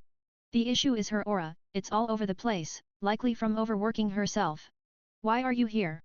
Konako-chan asks, her tone grumpy. Is she mad I came? Well, I was worried about you, and I came to help with your treatment. Asia-senpai already treated me. Yeah, but Asia can only heal injuries. She can't fix a disrupted aura. Konako-chan, I'm gonna touch your head, okay? I place my hand on her head, focusing to stabilize her aura. It's more chaotic than I expected. She really pushed herself too far. There we go. You should feel better now. I boosted your healing too, so you'll be up soon. I remove my hand. Those cat ears were so soft and fluffy. She's still sulking, not responding. Konako-chan, why'd you overwork yourself like that? I want to be, she mumbles. Huh? What? Tears well in her eyes as she speaks clearly. I want to be strong. Like Hyoudou-senpai, Zenovia-senpai, Akeno-san, and you, Issei-senpai. I want to be strong in body and heart. Even Gyakun's getting stronger. I don't have healing powers like Asia-senpai. If I stay like this, I'll be useless. As the rook, I'm the weakest. I don't want to be useless. Konako-chan. So that's what's been eating at her. Tears stream down her face as she continues. But I don't want to use the power inside me, the Nikomata power. If I do, I'll become like my sister. I don't want that. Not again. It's the first time I've seen Konako-chan cry like this. She's always been so reserved, so it's a bit shocking. Look, Konako-chan, that's exactly why you can't overdo it. Overworking could ruin your future. If you really want to be strong, you have to accept yourself. In the end, you can only rely on yourself. And who says you'll end up like your sister? What do you know, she mutters, glaring at me. What do you know about my feelings, Issei-senpai? You're strong in body and heart, so you can say that. You're strong. You can't understand how a weak person like me feels. She yells, breathing heavily. Bucko and Akeno-san are startled. Konako, Bucko says softly. Konako-chan snaps back to herself, trembling. I'm sorry. I didn't mean. She hugs her shoulders, trying to stop shaking, but her tears keep falling. I sit on a nearby chair, facing her. Don't worry about it, Konako-chan. Just calm down. Bucko, could you get some water? Bucko nods, bringing a glass of water. Konako-chan takes it and sips. Feeling better? I ask. A little. She's still trembling, but it's better than before. Bucko, Akeno-san, could you give us a moment? I want to talk to her alone. They nod and leave the room. I face Konako-chan again. Sorry about earlier. I was a bit insensitive. No, it's not. I'm the one who's wrong. I shake my head. No, I really didn't get how you felt. Even with Gasper, I've never feared my own power. I never had the luxury to think about it. But I think I understand what it's like to be weak. I used to be really weak. I can't believe you were ever weak, Issei-senpai, she says. I give a wry smile. No, really, I had zero talent. Drake was disappointed at first, saying, this time's a dud. Wait, didn't I mention I had no talent before? I thought you were just being humble. Wow, that's how she saw it. Everyone overestimates me. So, yeah, I chased strength relentlessly. Trained, nearly died multiple times, but kept going. My training was beyond overwork, kicked off cliffs, the works. How I survived is a miracle. Why go that far? Konako-chan asks. I answer quietly, because I had something to protect. Her eyes widen, my words striking a chord. Remember when I said you won't end up like your sister? I meant it. Why? People consumed by power don't fear it. And if you have something to protect, even less so. You have someone you want to protect, right? Konako-chan gazes out the window, then speaks softly. I want to protect Buku. Ria-sama, who saved me. I want to be useful to her. I smile and pat her head. Then you'll be fine. Hold on to that feeling, and you won't be consumed. She looks down, clutching the sheets tightly, still uneasy. If you're still scared, I'll face that power with you. Hey. She looks up at me. If you confront that power, I'll back you up. And if it ever starts to take over, I'll stop you with everything I've got. Konako-chan stares at me silently for a while. Thank you, Issei-senpai, she says, tears falling as she smiles. A little later. Hey, Konako-chan. What? Can I touch your cat ears? Why? They felt amazing earlier. So soft and fluffy. Her cheeks flush slightly. That's what you were thinking? You're such a pervert, Issei-senpai. What? Why? Yup, that's the Konako-chan I know. Time passed since my talk with Konako-chan back at the main residence, and today marked the final day of our training in the Underworld. Yoo. Boost boost boost boost boost boost boost boost. My power surges in an instant. I'm in my balance breaker state, diving into the final phase of training, a grand finale. Tanin. Don't underestimate me now. I shout. I know, he roars back. Boom. Boom. Doom. My fists clash fiercely with Tanin's in the sky. We're both dead serious, our auras colliding, sparking wildly. Don't forget about me. Tiamat, back in her true form, throws a punch from the side. I catch it head on. Taking that straight on? Impressive, she says. Not, I'm just getting started. I yell. Alright, Drake, full power. Understood. My aura swells, sparking around me. Balance breaker, second layer's way phase 10 Buzinon. My armor evolves, sprouting boosters on my arms, shoulders, and legs, my ultimate form. But I'm pushing even further today. Promotion, Rook. My piece shifts, boosting my attack and defense. Is that your all, Issei Hyoudou? Quite the show. Tanin bellows. It's the last day, so I'm going all out, old man. Interesting. Then I'll match you with everything I've got. Their auras crank up a notch, Dragon Kings, huh? I'm not losing. XL booster. Boost. I blast aura from my boosters, charging Tanin. Dodging his fist, I land a punch. Guh, he grunts. With 10 Buzinon and Rook's power boost, that hit had to hurt, even for him. I move for a follow-up, but Tiamat's magic barrage blocks me. I back off, keeping distance. I told you not to underestimate him, Tanin, Tiamat says, standing beside him. Tanin scratches his head, chuckling. I didn't mean to, but... Humph, Tiamat sighs. Issei's at Demon King level now. That form's burst power surpasses even us. That hit would have damaged anyone. Yeah, this generation's red is something else. Tanin opens his maw, unleashing a massive flame breath. Oh, crap. His full-on breath? That's no joke. And Tiamat's layering magic circles? Here's more, Issei, she calls. Both Dragon Kings hitting me with a combo? Are they trying to kill me? The scale's too huge to dodge. Damn it. Bring it on. I channel aura into my right hand, thrusting it forward. Boost. Yoo. Screw it, take this. Agni. I roar. My aura torrent, Tanin's breath, and Tiamat's barrage collide. Doom. A massive explosion rocks the Gremory territory's skies. 20 minutes later. Man, I thought I was gonna die. I pant, sprawled on the grass alongside Tanin and Tiamat. To push back our attacks. Terrifying, Tanin mutters. I didn't expect him to go that far, Tiamat adds. You guys attacked like lunatics. Look, the terrain's completely reshaped. Good thing no one lives nearby. If the Gremory folks get mad, we're all in this together. Ugh, my arms and legs are killing me. Geez, you two could have gone easier. It's the last day, and I nearly died, I groan.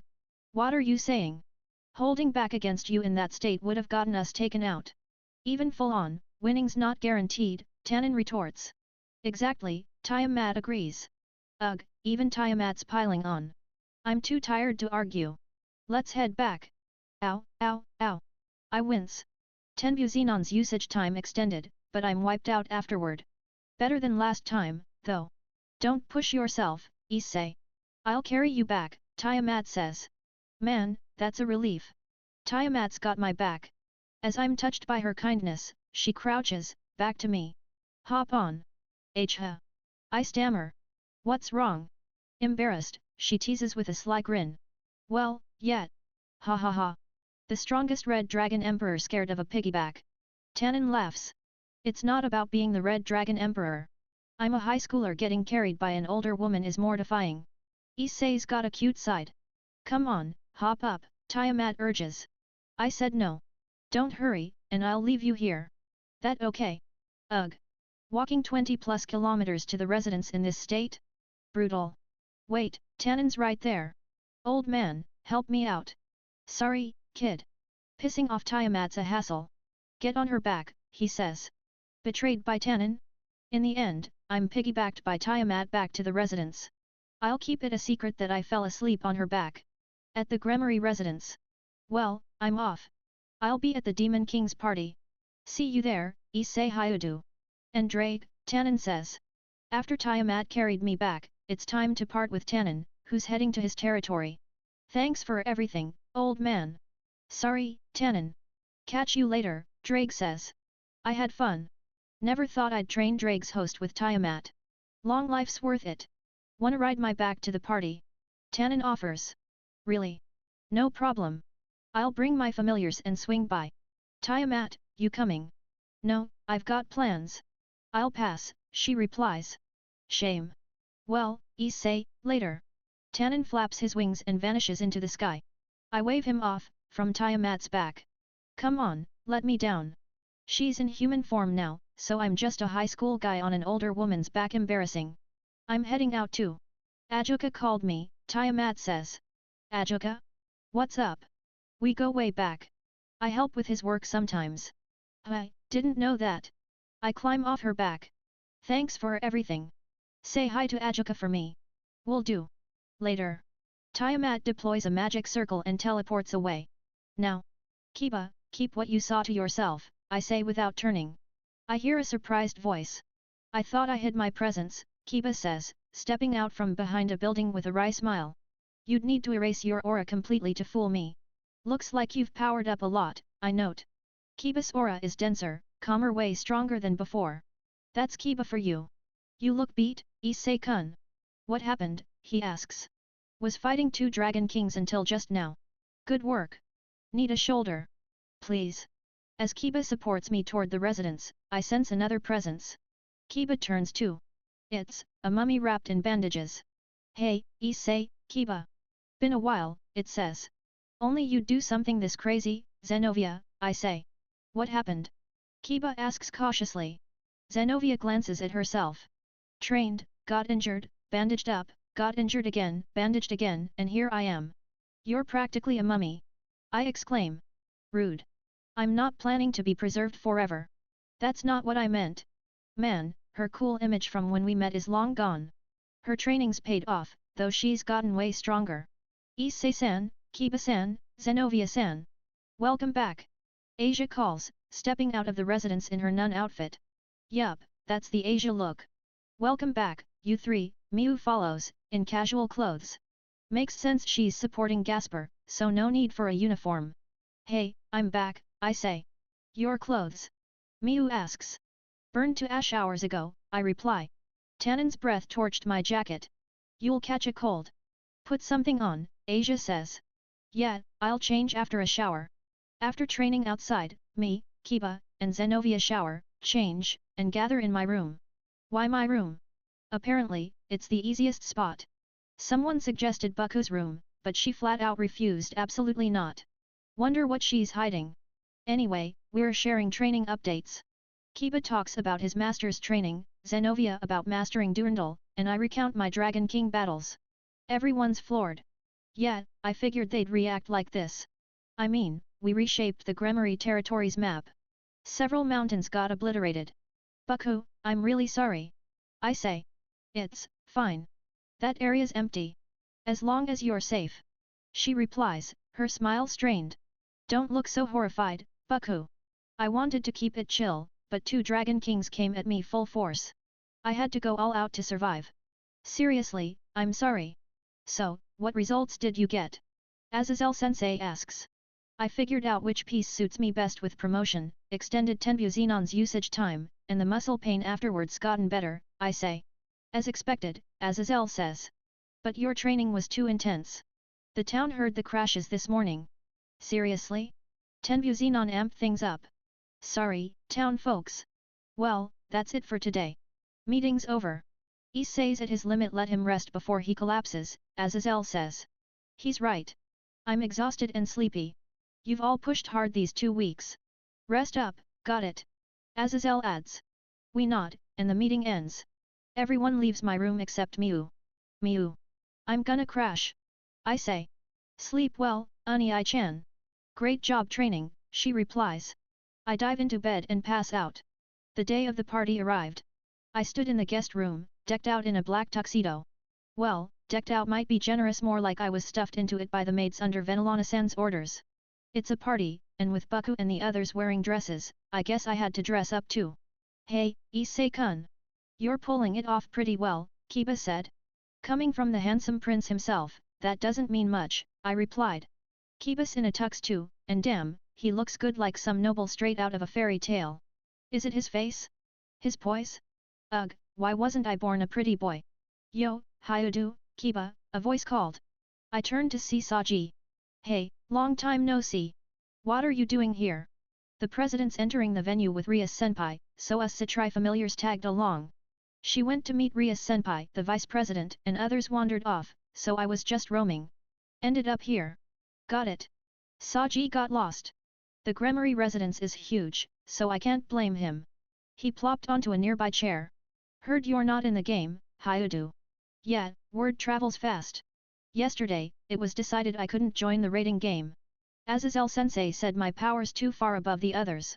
Man, I really wanted to compete. The president was bummed.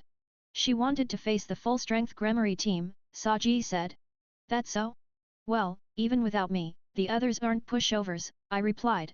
No way we're underestimating them. Kiba and the rest are plenty strong. That's why we're going all out in the game. I trained hard for this, Sajji said. Looks like the Satrai team trained too. Sajji's aura is way stronger than before, must have been a brutal regimen. Oh, yeah, I owe you one, Sajji added. Huh? For what? At that young devil's gathering, when the higher UPS mocked the president's dream, you got pissed for her. Thanks for that. No big deal. Just standing up for a fellow academy student. Still, it meant a lot, felt like you acknowledged the president's, our dream. Sonakaiku's dream, a raiding game school in the underworld open to all devils, not just high-class ones. It's Sajji's dream too, apparently. Acknowledge? It's an awesome dream, I said. Yeah. That's why we were dead set on making it real. And to do that, we were beating you guys in the game. Sajji declared. Nah, we're winning. Well, I'm not playing, but still. Kiba, say something. Kiba gave a wry smile. Passing it to me, huh? We'll win, Sajji-kun. No way we're losing. Kiba's smirk was fearless, and Sajji's grin held a serious glint in his eyes. The door opened. Sorry to keep you waiting, Issei, Hyoudou. Oh, Sajji-kun's here too, Baku said. The club members strutted in, dolled up in dresses, makeup, and styled hair, looking like princesses. Well, Baku is a real princess. Akeno-san's in a western dress, and she's beyond gorgeous, super ultra beautiful. Asia, Konako-chan, even tomboyish Zenobia look amazing. But one issue. Oi, Gasper, why are you in a dress? Because I wanted to wear one, he stammered. This guy. Sajji's here too, I see, Sonakaiku said, also dressed to the nines. Wow, she's cute. Woo. Kaiku, you're crazy cute. Sajji shouted, nose bleeding. Watch the suit, man. I wanted to go too, Miu said, popping up in casual clothes. Miu's staying behind makes sense, it's a devil party. Looking cool in that outfit, she told me. Thanks. These stuffy clothes aren't my thing, though. You have to dress properly for these things, she said. Spoken like a true former princess strict about etiquette. Sucks you can't come, Miu. Would have loved to see you in a dress, I said. Really? Maybe I'll show you next time. Don't stress about it. What are you doing today? Won't you be bored alone? Not, I'm learning underworld cooking from Ria-san's mom. I didn't know Vanillana-san could cook. Then again, Bucko can, so maybe it's not surprising. The door opened again, and a butler entered. Pardon me. Tanin-sama and his familiars have arrived. Outside in the courtyard, Tanin stood with 10 dragons as big as him. Talk about a sight. So, all his familiars are dragons? As promised, I'm here, Issei Hyoudou, Tanin said. Thanks, old man. We'll generate a special barrier while you ride, so your clothes and hair won't get messed up. Relax, he added. Nice. That's Tanin for you total gentleman. Thank you, Tanin. There are Citri members too, can you take them? Bucko asked. Oh, Riesju, looking stunning. Of course, he replied. We hopped onto the dragons' backs and headed to the venue. Riding on Tanin's head, I took in the view absolutely breathtaking. Never thought I'd see this from a dragon's back, Drake said, chuckling. Yeah, must be weird for a dragon like you. Oh, I've been meaning to ask, old man. Why'd you become a devil? I said. Lots of reasons, but mainly dragon apples. Dragon apples? What are those? Apples dragons eat. Straight to the point, huh? Some dragon species can only survive on them. They used to grow in the human world, but environmental changes wiped them out, Tanin explained. That's bad, right? Yeah. Now they only grow in the underworld, but dragons are outcasts here, shunned by devils and fallen angels. So, I became a devil, claimed a territory with dragon apples, and made it my own. High-class devils and above can get land from the demon kings. I saw my chance. So, those dragons live in your territory now. Exactly. We're researching how to grow dragon apples artificially. It's a special fruit, so it'll take time, but it's worth it for their future. That's incredible. Saving a whole species? Tanin's a true dragon king. You're a great dragon, old man, I said. Ha ha ha. First time I've heard that, especially from the Red Dragon Emperor. But I'm not doing anything special. Preserving a species is natural, right? Those with power help those without, don't you think, he said. Yeah, but that natural stuff is tough. You pulling it off is amazing. Is that so? Tanin chuckled. Near the venue, we parted with Tanin and headed to the party in limousines prepared for the Gremory and Citri teams. We arrived at a towering luxury hotel. Armed guards were everywhere, probably tight security for a Demon King hosted event. The limousine stopped at the hotel entrance, where a ton of staff welcomed us. Akeno-san checked in at the front desk, and we headed to the elevator. The top floor's the venue, she said. What floor is that? I glanced at the elevator display. 200? The underworld scale is insane. As we reached the top, the doors opened, revealing a dazzling hall. The floor was packed with devils and mouth-watering food, with a massive chandelier overhead. Way too fancy. Oh, the crowd gasped as Bucko entered, drawing all eyes. Riasheim is even more beautiful now. Surtsk-sama must be proud. Bucko's a star wherever she goes. So many people. Gasper mumbled, nervous but keeping up. Training's paying off. Normally, he'd be hiding in a cardboard box. Gotta praise him later. Issei, come with me for greetings, Bucko said. Huh? Oh, got it. Lots of devils in the underworld know me, and apparently, a ton of high-class ones want to say hi. They seemed super curious. Ugh, I'm beat, I groaned, slumping into a chair at the edge of the floor with Asia and Gasper. Bucko and Akeno-san were chatting with female devils far off. Kiba was swarmed by fangirls squealing. Damn it, pretty boys are the enemy. I'm ready to go home. The greetings dragged on forever, and some idiots even asked about trading, like swapping me for one of their familiars. Trading's a system where devil kings exchange familiars of the same piece. Me, traded? Get real. Devils are a greedy bunch. Naturally, some want a powerhouse like you under them, Drake said. No way. I'm Bucko's and nobody else's. Issei, Asia, Gasper, I nabbed some food. Dig in, Zenovia said, skillfully carrying a stack of plates. Thanks, Zenovia. No biggie. Asia, at least sip a drink, she urged. Thank you, Zenovia-san. I'm so nervous my throat's dry. Asia said, taking a glass. I grabbed some food. Delicious. As I savored it, a girl in a dress approached. It's been a while, Red Dragon Emperor. Ravel Phoenix, right?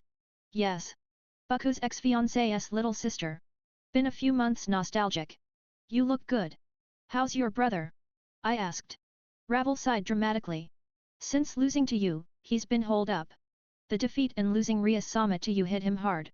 That final blow you landed, he's still traumatized. Yikes. I heard he was a shut-in, but it's true, huh? He relied too much on talent and got cocky. It was a good lesson, she added. Harsh. Cutting her own brother like that? Wow, brutal. He's still your king, right? I said. No issue there. I've been traded to Mother's familiars. She doesn't play games, so I'm basically free. So, she's not Razor's anymore. By the way, Red Dragon Emperor. No need to be formal. Just call me Issei, like everyone else. See, can I really call you by name, she said, oddly thrilled. Why are you so excited? Ahem. Then, I'll call you Issei-sama. No sama needed. No, it's important. Is it? I don't get it. Another familiar face appeared. Ravel, your husband's friend is calling, said Isabella, Razor's rook. Understood. Well, Issei-sama, I'll take my leave. And next time we meet, would you like tea? I could bake a cake if you're okay with it. Ravel curtsied and left. What a weird girl. Hey, Hyoudou Issei. Been since the game, Isabella said. Yeah, good to see you, Isabella-san. You remembered my name? Nice. I hear you're making waves. Not that much. Can I ask something? What? Did I do something to Ravel? She seemed super nervous talking to me. Isabella chuckled. She's not scared of you, quite the opposite, actually. But I'll leave it at that. Huh? Okay. Tell her tea's fine. Really? She'll be thrilled.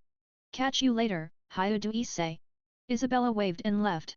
Issei-senpai, you're friends with a lot of devils, Gasper said, eyes full of admiration. Am I? Then, I spotted a small figure, Konako-chan, chasing something, looking urgent. Bad feeling. Asia, Zenovia, Gasper, I'm stepping out for a bit. What's wrong, Issei-san? Surtsuke-sama's speech is soon, Asia said.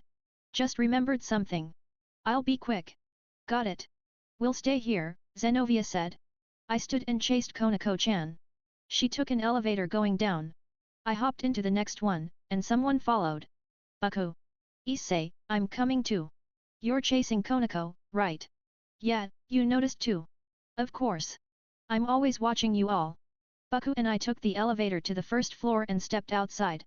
Issei, can you track Konako's presence? Baku asked. Yeah. She's heading deep into the forest. The forest around the hotel. Seems like it. Let's go. Got it. We dashed through the woods, a short distance from the hotel. The forest was somewhat maintained, letting Baku keep pace without trouble. After a few minutes, I grabbed her hand and pulled her behind a tree. Peeking out, I spotted Konako-chan. I sensed another presence, someone else was here. Konako-chan noticed it too, her gaze shifting toward it. Been a while, Chiron. Doing okay, a voice called. It was unfamiliar. A woman in a black kimono appeared, sporting cat ears. Could she be? Ne-sama. Konako-chan gasped, eyes wide, her voice strained. So, this is Konako-chan's older sister. They do look kinda similar. She called Konako-chan Chiron her real name, maybe? Man, she's gorgeous. Her chest rivals Baku's and Akeno-san's. Will Konako-chan grow up like that? Can't wait to see. A black cat rubbed against the sister's feet. Getting you here with just one little black cat? Your big sis is touched, Naya. So, Konako-chan chased that cat here. What do you want, Ne-sama? Konako-chan asked. No need for that scary face, Naya. Just some boring business. Guess you could say I came to check out the devil party, Naya. She winked, mimicking a cat's paw. So cute. Cat-eared big sis is the best. Ouch. Baku pinched my cheek hard. Another familiar presence appeared. Ha ha ha, is this one of the Gremory familiars? A man in ancient Chinese-style armor stepped out. Bai Cao, the descendant of Sun Wukong, who came for volley at the summit. If he's here, Konako-chan's sister must be part of Vala's crew. Bai Cao's gaze snapped to us. Hiding your presence is pointless. For folks like me and Kurika who know sage arts, we can sense the slightest shift in aura. Crap. I erased my aura completely, so it must be Baku. Sighing, I stepped out, Baku following. Konako-chan looked shocked. Issei senpai, Rias Baku. Yo, been a minute, monkey boy. How's volley? I said. Red Dragon Emperor too, huh? Didn't sense you at all. Volley's doing great, fired up for a rematch and training hard, Baikao replied. Ugh, didn't need to hear that. Volley's probably dead serious. Baikao laughed at my grimace. He might come for you, so be ready. Don't jinx it. Anyway, what are you doing here? Terrorism. They chuckled lightly. Nah, nothing like that, Baikao said. Kurika and I are off duty. She wanted to scope out the devil party, but she was taking too long, so I came to fetch her. Cool. Sounds like the truth, though he's chatty. Is this kid the Red Dragon Emperor? Kurika asked Baikao, pointing at me. Yup, Baikao confirmed. Her eyes widened. So, this is the pervy Red Dragon Emperor who beat Volley, huh? She stared at me intently. Pervy Red Dragon Emperor? Can't deny it. Deny it, partner, Drake urged. No way, Drake. It's true. Baikao yawned. Kurika, let's bounce. We can't join that party anyway. Sure, but I'm taking Chiron with me, Naya. Couldn't back then, so now's the time. Kurika said. That might piss off Volley, Baikao warned. If they know she's got the same power as me, Off-Eyes and Volley will be fine with it, right? Maybe, but...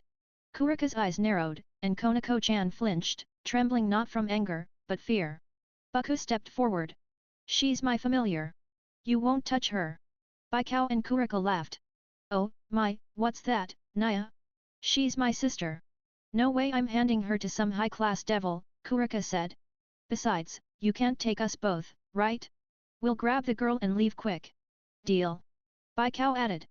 Hey, don't mess around. I'm right here, I said, stepping in front of Baku and Konako-chan. Take Konako-chan? No way in hell. The air crackled as I glared at Baikao and Kurika. She stopped glaring, smiling instead. Too much hassle, so I'll just kill you, Naya. A weird sensation hit me, a barrier. Kurika, you've mastered not just sage arts, Jujutsu, and magic, but spatial manipulation too. Baku said, grimacing. Can't do time manipulation yet, but space? Got that down. Barriers are easy once you know the trick. I've sealed this forest, cutting it off from the outside. No one'll hear a thing, and no devils are getting in. You're gonna get crushed here, bye-bye, Naya.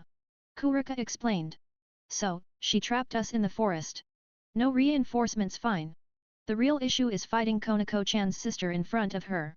Escaping the barrier's tough, and breaking it with my power might hurt Baku or Konako-chan. What to do? A voice came from above. I rushed here after hearing Ryasju and Issei Hyoudou went to the forest, only to get caught in a barrier. Tannen, old man! I shouted. Perfect timing. He must have slipped in just before the barrier went up. Old man, can you take Baku and Konako-chan? I'll handle these two. Baku and Konako-chan looked shocked. Konako-chan grabbed my sleeve. No. I know Neisama's power best. It rivals top-class devils. Even you can't catch her with her illusions and sage arts. Facing her and that guy at the same time. Her face was near tears. She doesn't want anyone hurt for her sake. I patted her head. It's okay, Konako-chan. Trust me. I'll protect you. Baku, take her to Tannen. Baku hesitated but nodded, leading Konako-chan to Tannen's back. You're taking us both on? Some confidence, huh? Kurika said. Don't underestimate him, Kurika. He beat Volley, Baikao warned, pulling out a staff from nowhere. Where'd that come from? Whatever. I summoned my gauntlet and drew Ascalon. That's a dragon-slaying holy sword, huh? A dragon wielding a dragon slayer, ironic, Baikao said. Thought it was cool, right? We traded quips, grinning. Then... clang. Our sword and staff clashed, sparks flying. Here. Whoa. My sword and Baikao's staff collided repeatedly, sparks scattering. We've traded blows, but neither's taken or dealt much damage yet. Not bad without a sacred gear. No wonder you beat Volley. Baikao said, swinging his staff. I blocked with Ascalon. I've been training. A black mist formed around us, not too thick, I could still see, but it had an eerie vibe. It was coming from Kurika. What's this? This poison mist works on devils and yokai, but not the Red Dragon Emperor? Must be the dragon thing, Naya, Kurika said. Poison mist? Good thing it doesn't affect me. Getting Baku and Konako-chan out was the right call. If poison won't work, I'll blast you, Naya. Kurika fired magic bullets. They looked dangerous, so I sliced them in half with Ascalon. Baikao seized the opening, attacking. Extend, Ruyi bang. His staff stretched. That's handy. I said. Right? Want it? Not giving it up, though, Baikao replied. Didn't say I wanted it. Azazel-sensei could probably make one anyway. I dodged their attacks, countering with Ascalon's slashes and aura blasts. One blast seemed to hit Kurika, but her form dissipated. Nice shot, but useless. I can make clones with illusions, her voice echoed. Figures appeared in the mist all Kurika. Illusions, huh? Still, a bunch of beauties is a nice sight, even if fake. If only this damn monkey was a beauty too. Hey, Baikao, why's he looking so happy? Kurika asked. Don't ask me. Why's the Red Dragon Emperor giving me that disappointed look? Baikao snapped. 'Cause I'd rather tussle with Konako-chan's sister, not you. Clang. I parried Baikao's staff, stepping back and readying Ascalon. Baikao spoke up. Yo, Red Dragon Emperor, no armor? You're not even serious. Yeah, this was a good chance to practice with Ascalon. I'm getting the hang of it. Nice. So, how long we doing this? I'd rather you just leave. Beating Konako-chan's sister in front of her feels wrong. Hear that, Kurika? Baikao said. She narrowed her eyes, radiating killing intent. TCH, talking big. Want me gone? Hand over Chiron. She's my sister. No can do. Konako-chan's our precious friend. Plus, she's trying to face her power. Can't you leave her be for now? Then I have to take her. I know her power best. I'm the one to guide it, don't you think?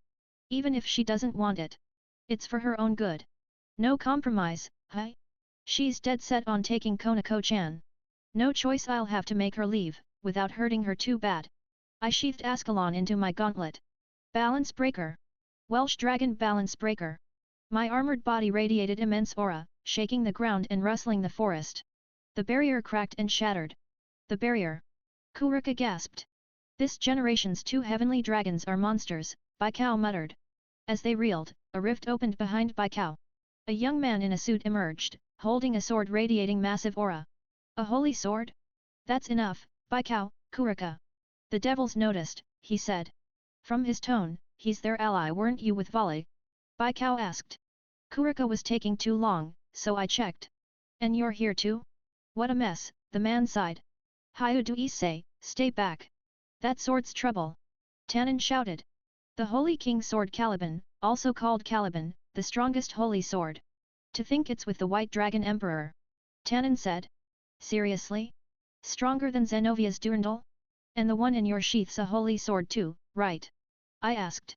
This is the last Excalibur, the strongest of the 7 Excalibur ruler, the holy sword of domination, he said. The missing Excalibur? You sure about spilling all that? Kurika asked. He nodded. I'm quite curious about your friends, Red Dragon Emperor. Pass a message to the holy demonic sword user and the Durandal wielder, I'd love to cross blades as fellow swordsmen someday. Bold guy. Wonder what Kiba and Zenovia would think. Let's retreat, he said, slicing the air with Caliban, widening the rift enough for several people. He and Baikao slipped through, Kurika following. Hey, Konako-chan's sister, I called. What? Kurika replied. Did you really get consumed by your power and kill your master? She smirked lightly. Who knows, Naya? With that, she vanished through the rift. 5 minutes later, devils responding to the commotion took us into custody. The Demon King's party was abruptly cancelled due to an attack by the Chaos Brigade. Azazel sighed. A blunder, hi. Shem Hazai, my deputy governor, opened with that in the conference room at the Demon King's territory. I sipped tea beside him, muttering inwardly, keep it chill. The Demon King's party got canned due to an attack by the Chaos Brigade. Or rather, that's how it ended up. Nobody could have predicted SS-class rogue devil Kurika and Sun Wukong's descendant Baikao crashing the party for a peek. Thanks to Issei chasing them off solo, we avoided casualties, but other factions will likely question the devil's vigilance after this breach. As you can see, Shem Hazai and the Seraphs from the angel side are pissed, brows furrowed. Can't say I'm one to talk, though I'd be in hot water if they knew I was off gambling at the casino during the chaos. Shem Hazai kept reporting.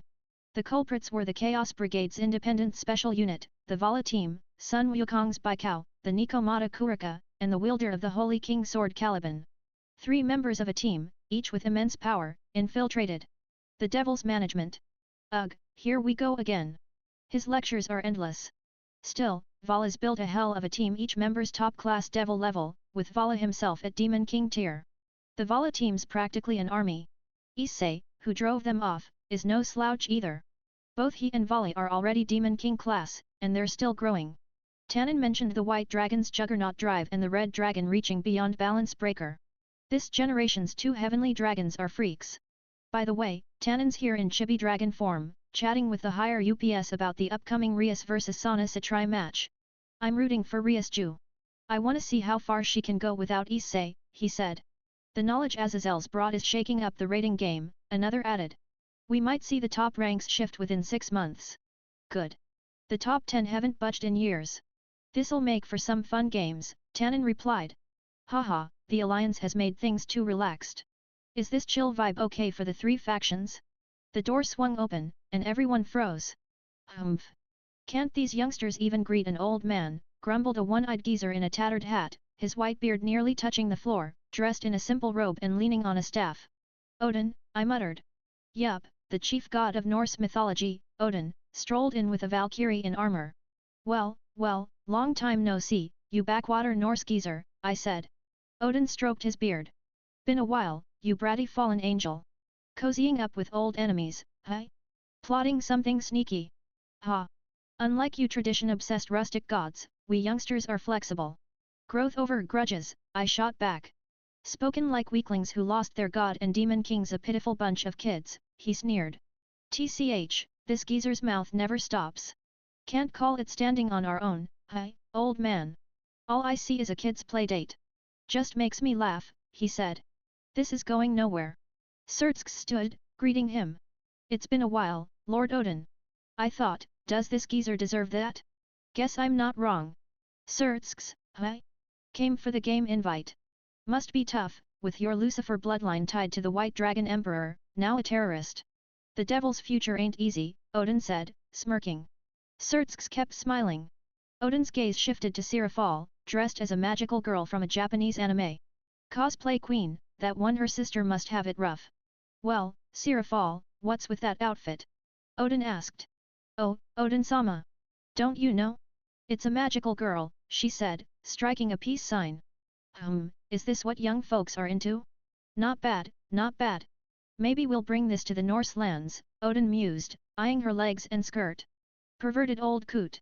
Odin-sama, that's indecent. It shames Valhalla, the Valkyrie scolded. You're too stiff. No wonder you can't snag a single hero, Odin said. The Valkyrie burst into tears. So what if I've never had a boyfriend? I want one too. Wah! Odin sighed. Sorry, this one's my current escort. She's got the looks but is too rigid to get a man. Your hiring choices suck, old man. Is she even fit to guard you? Whatever, I'll skip poking at other factions. I hear your siblings are fighting, Surtsks, Sirafal. Pitting dear sisters and best friends against each other? Devilish indeed, Odin said. They need to overcome this for the devil's future, Surtsks replied. My Sana-chan's gonna win. Sirafal chirped. Both demon kings believe in their sisters' total siskins, no surprise. Odin took a seat. Now, the Chaos Brigade's fun, but I came for the rating game. When's it happening? The room shifted to talk about the upcoming game. Later, I stepped out for a break, lounging on a hallway bench. Man, these bigwig meetings are a pain. As I stretched my neck, Surtsks joined me. Azazel, what's your take on the game? Issei-kun can't join. Issei's the Gremory team's pillar. They've pulled through because of him. You're curious how they'll fare without him, right? I said. Surtsks nodded. They'll probably step up. Knowing Issei's on the sidelines, they're fired up to not look pathetic, I added. Azazel sighed out. The night before the rating game against the Satrai team, we gathered in my room for a final meeting. Same reason as the training debrief, my room's just convenient. The party incident with Baikao and Konako-chan's sister got resolved since I drove them off. I got questioned as a witness, and the devil in charge asked for my autograph for his daughter, a fan. Thanks to Gremory Devil Education, I'd practiced my name in Devil script enough to nail it. Back to the meeting. Rias, Sana Satrai knows a fair bit about your team, right? Azazel-sensei asked. Yes, she's got the basics. Hyoudou, Akeno, Asia and Zenovia's main weapons are known. The Phoenix match footage is partly public. She also knows about Gasper's sacred gear and Konako's background, Baku replied. So, almost everything. How much do you know about them? Azazel-sensei asked. I know Sana, her queen, and a few others' abilities. Some are still unknown, she said. That's a disadvantage. Common in games and battles, though. Sacred gears can evolve mid-fight. Stay sharp. They've got 8 members, right? Yes. 1 king, 1 queen, 1 rook, 1 knight, 2 bishops, 2 pawns. Not a full set, but with Issei out, they've got 1 more than us, Baku said. I feel bad. My absence leaves us short, and we're already low on offensive players. Azazel-sensei scribbled on a whiteboard. Rating games categorize players: power, technique, wizard, support. Rias, you're a wizard type excelling in magic. Akeno 2. Kiba's technique, speed and skill. Zenovia's a power type with speed, aiming for one-hit kills. Asia and Gasper are support. Asia leans wizard, Gasper leans technique. Konako's power. That's a lot to take in. I'll need to remember this for when I play. Azazel-sensei graphed the team's types, marking Kiba as technique, Zenovia as power, and so on. Wait, where's mine? Sensei, what about me? Everyone looked at Azazel-sensei, curious. Issei? You can handle everything but wizard. Power, speed, technique, you shine there. Even support, with your gift ability, he said. Nice, I'm pretty versatile. Sucks I'm useless with magic, though. That's more than enough versatility. Almost too many uses, Baku said. With Issei, young devil games wouldn't need fancy strategies. Just go all out, Azazel-sensei said. That'd tank my reputation, Baku sighed. Right, games aren't just about one strong familiar. Strategy's key. Rating games are deep. Let's refocus, Azazel-sensei said.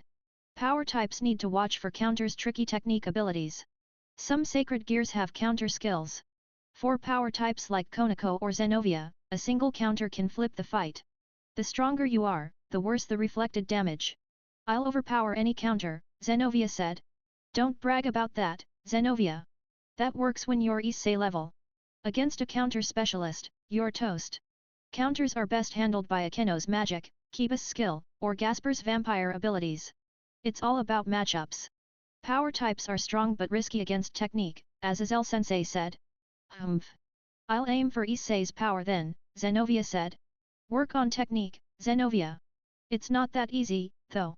Rias, if Sana's team has a counter user, they'll likely target you or Zenovia. Stay alert, Azazel-sensei warned. My power of destruction and Zenovia's Durandal aura could be instant KOs if reflected, Baku agreed. Yeah, Kiba's the best bet against counters. Azazel-sensei put down his pen. You're at a disadvantage this time, but I believe you'll win. Trust your strength, you've got this. That was his advice. After he left, we strategized until game day. I did everything I could for the team. Now, I just pray for their success. 3 hours until the rating game. The team members prepared in their own ways, some stretched, others ran simulations, a few relaxed. Miu, Asia, and Gasper chatted together, their light banter easing their nerves. As for me, I was holed up in my room, studying demonology. My tutor had assigned homework, and I was scribbling away in my notebook. Never thought I'd get homework, but I needed to finish to watch the game live. Let's see.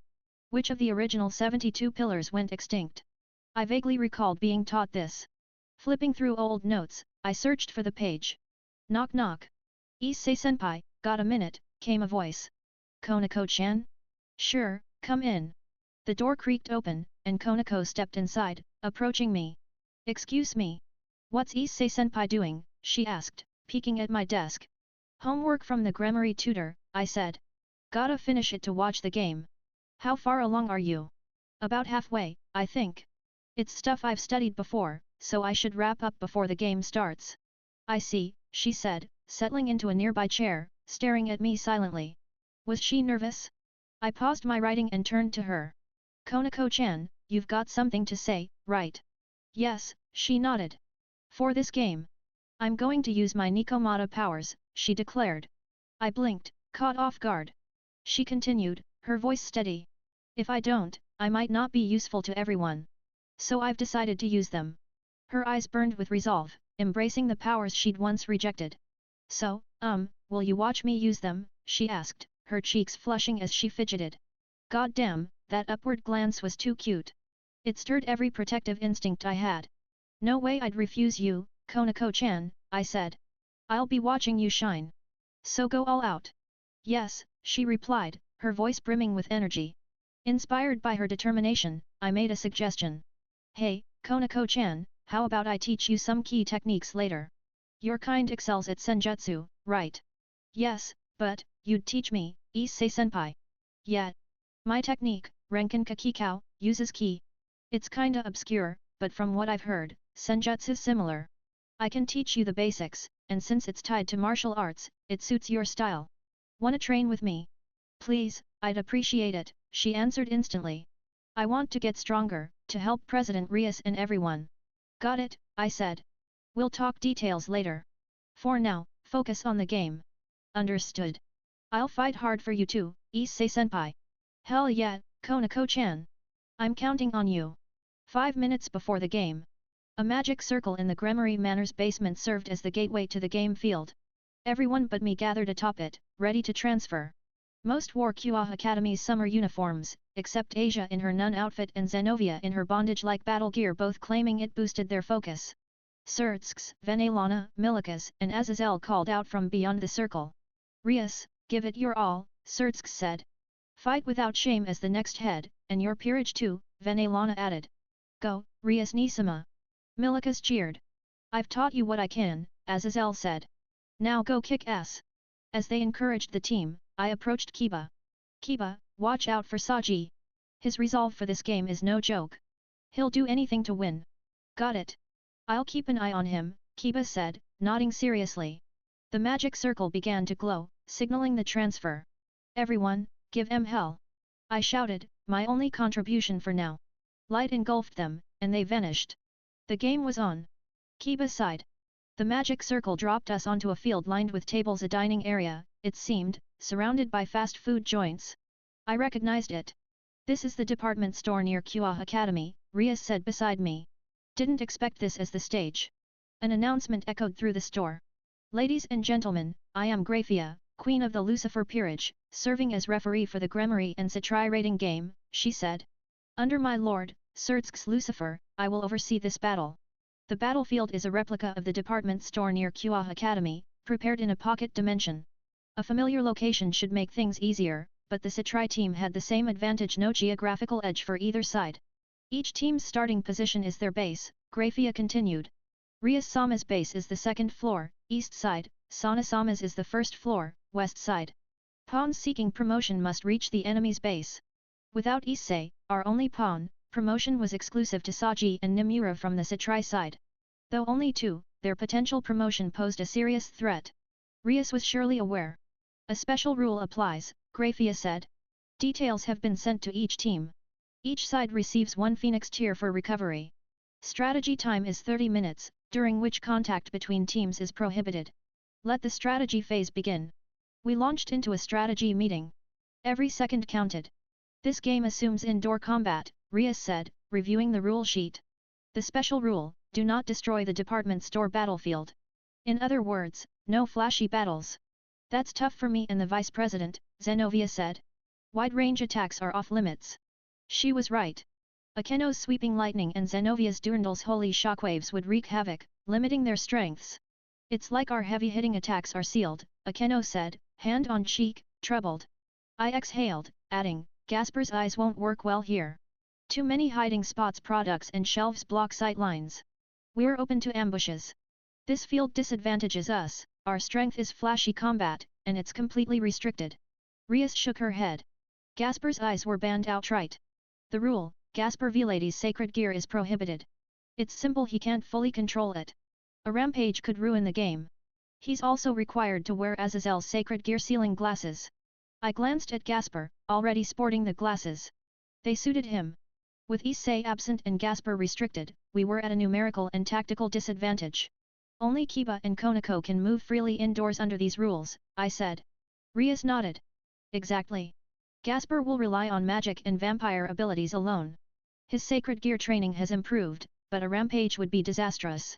I expected this. Gasper, you got that from Issei, right? Yes, he gave it to me before we transferred, Gasper said. Good. Use it if needed, Rias said. I'm counting on you. Yes. I'll do my best. Gasper replied, brimming with enthusiasm. He'd changed dramatically since meeting Issei.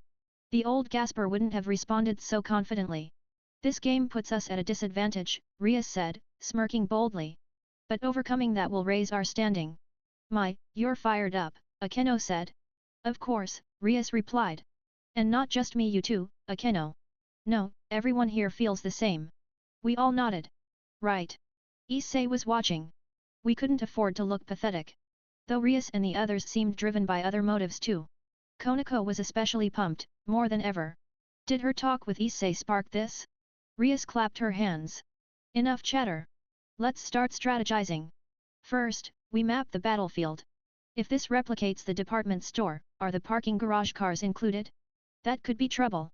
I stepped forward. President, I'll scout the rooftop and parking garage. There's a staircase nearby. Please, Hyoudou, she said. I hurried off to check. 10 minutes later, I returned. I'm back. Good work, Hyoudou, Rias said. What's the situation? I marked a detailed map, noting car placements and specifics. As expected, the cars are replicated, but fewer than I thought, Rias said, studying the map. Less cover means we can use stronger attacks to an extent. Akeno chimed in. Then Zenovia and I should hit the parking garage. Exactly, Rias said. Akeno, Zenovia, advance from the parking garage. Hyoudou, Konako, take the store interior. Rules favor your mobility. She turned to Gasper. Gasper, transform into bats and scout the store. Early on, report everything you see. Understood, he replied. The strategy meeting continued, hammering out tactics, and a plan took shape. Kiba sighed. The hour arrived. We gathered on the floor, awaiting the start. The store's announcement blared.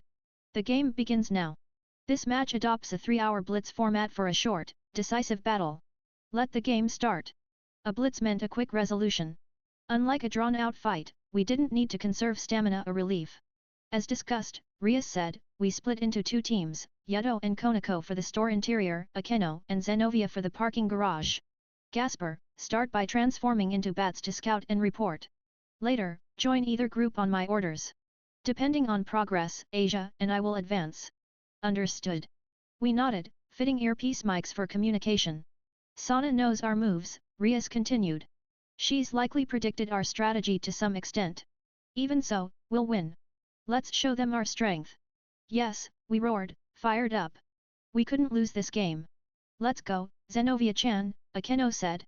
On it, Vice President, Zenovia replied. Akeno and Zenovia dashed off toward the parking garage. Konako-chan, shall we? I said. Yes, she replied. We left the base, moving through the store. Everyone knew Konako planned to use her Nikomata powers. With cat ears out, she scanned our surroundings cautiously. We stepped lightly, muffling our footsteps. If the enemy sensed us, they could hide easily in this shopping mall, with countless cover spots. An ambush from an unexpected angle was a real risk. How's it looking, Konako-chan? I asked. She pointed ahead. Movement. 2 figures heading straight for us. I can't make out details. With her senjutsu partially unleashed, Konako could sense key flows, giving us a heads up on approaching enemies. How long until contact? At this pace, maybe 10 minutes, she said. 10 minutes not enough time to set a trap. Hide or confront them head-on. As I weighed options, it happened. Konako and I leapt back instinctively. Kiba. First strike. Sajji shouted, swinging down Tarzan style on his sacred gears line, launching a knee strike. Someone rode his back. How had they gotten so close undetected? I blocked his knee with my sword's flat, the impact jolting through me. Using the recoil, I retreated, steadying my stance and raising my blade.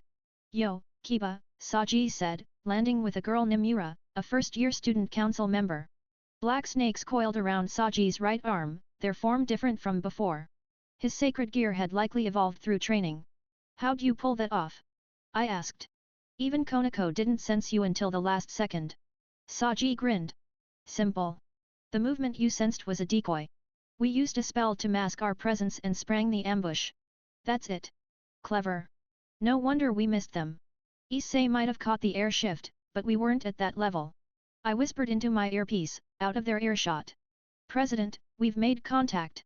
Sajji and Nimura. Can you and Konako handle them? Rias asked. Konako responded. No issue. I narrowed my detection range and found no other presences.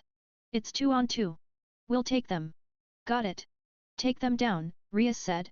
Understood, Konako replied, cutting the comms. She stepped forward, fists ready. I'll take Nimura-san. Yedo-senpai, handle Sajji-senpai. Got it, I said. Still, unease not at me. Issei's warning before the transfer echoed, Sajji's resolve for this game is no joke. He'll do anything to win. Sajji's body shimmered with a faint black aura.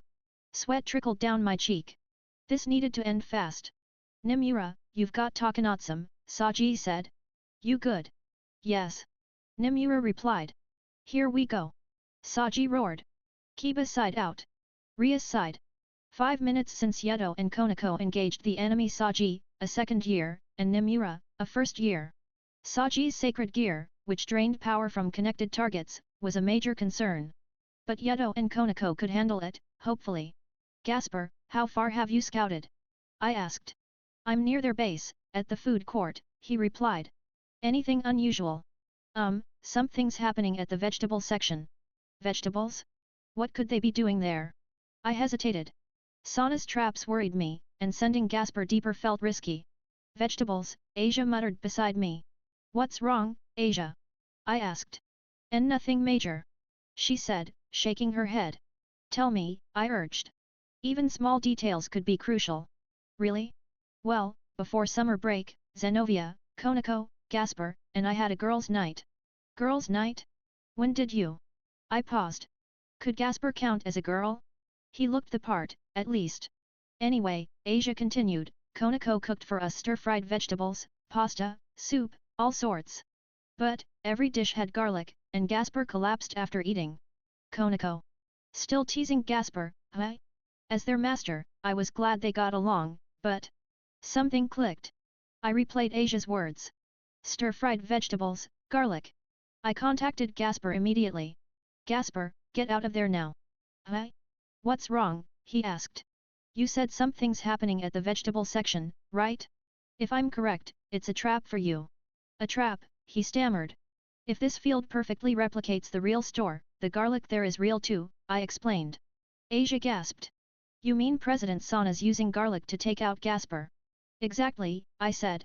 Sana knows our key weapons. She'd anticipate I'd send Gasper to scout early. We can't lose him this soon. Gasper, head to Akeno's group now. Sana's likely sending technical fighters their way. Use that if needed. G got it. Gasper replied. I sighed. Nearly lost a peerage member to garlic, of all things. Not funny. Nice catch, Asia, I said. I'm glad I could help, she beamed. Rias sighed out. Akeno sighed.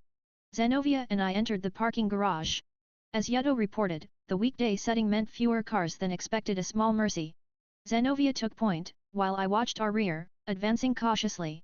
As we moved from the second floor to the first, a figure appeared ahead, a black-haired woman with glasses, wielding a naginata, Tsubaki Shinra, Kuoh Academy's student council vice president. Her naginata skills were formidable. Greetings, Akeno Himejima, Zenovia, Tsubaki said calmly. We expected you here. 2 others emerged, a tall woman, Yurid Tsubasa, the rook, and a slender woman with a katana, Meguri Tomo, the knight. As expected, they'd predicted our approach. Zenovia-chan, be careful, I said. Sana's peerage is full of technical fighters. They're likely aiming for counters. Got it, Zenovia replied. I'll push through their defenses. She drew 2 swords from her waist. Durandal was unusable here, its power too destructive for the rules. My attacks could be focused to minimize collateral damage, but Durandal's nature made that tricky. I'll support from the rear, I said. Zenovia-chan, take the front. 3-on-1 with restrained power is tough, but I'll manage, she said. Also, Rias just informed me Gasper's joining us. Understood. Let's hold out until he arrives. We closed the distance slowly. I gathered magic in my hands, ready for combat. Then... clang! Zenovia's swords clashed with Tsubaki's naginata and Meguri's katana, sparks flying with a piercing metallic ring. Tsubaki and Meguri stepped back, eyeing Zenovia's weapons. Those swords, holy swords? Meguri asked. Zenovia nodded. Ascalon, borrowed from Issei, and a holy sword crafted by Kiba. The enemy froze, shocked. During training, Issei discovered Ascalon could detach from his gauntlet. Anticipating its value, he'd lent it for the game.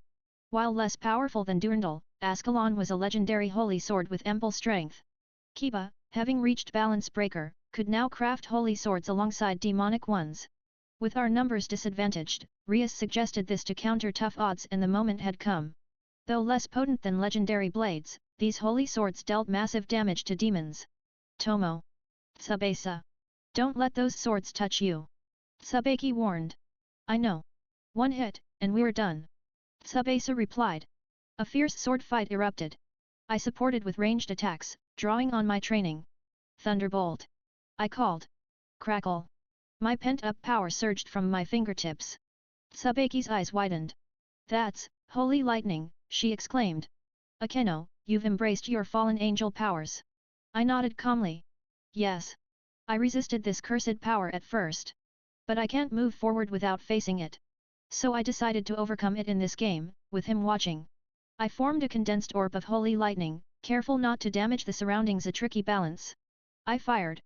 Tsubaki backstepped, infusing her Naginata with magic to deflect the bolt. Both of you, use cover and attack, she ordered. Don't focus only on the holy swords, or you're done. Got it. Tsubasa and Meguri replied. As Sana's right hand, Tsubaki's leadership was sharp. The location's cover made our attacks harder, but their caution against our holy swords and lightning slowed their offense. A stalemate prolonging it risked their counter-trap. I needed a plan. Then, a shadow approached. Akeno-san. Zenovia-senpai. I'm here. Gasper called. Gasper. Right on time. Zenovia cheered. He'd made it. Gasper-kun, can you do it? I asked. Yes, he replied energetically. The enemy looked puzzled.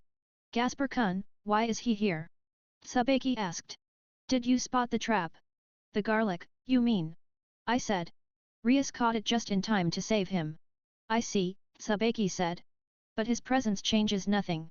His time-stopping sacred gear, Forbidden Bailar View, is banned.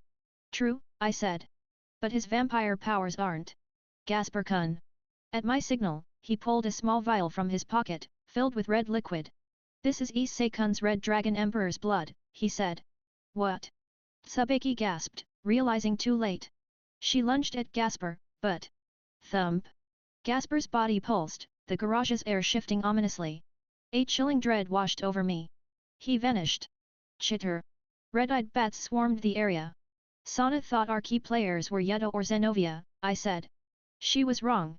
Gasper is our trump card. The bats attacked. Tsubasa and Meguri tried to counter but staggered, pulled by countless black hands emerging from their shadows. This is Gasper's power. Tsubaki cried.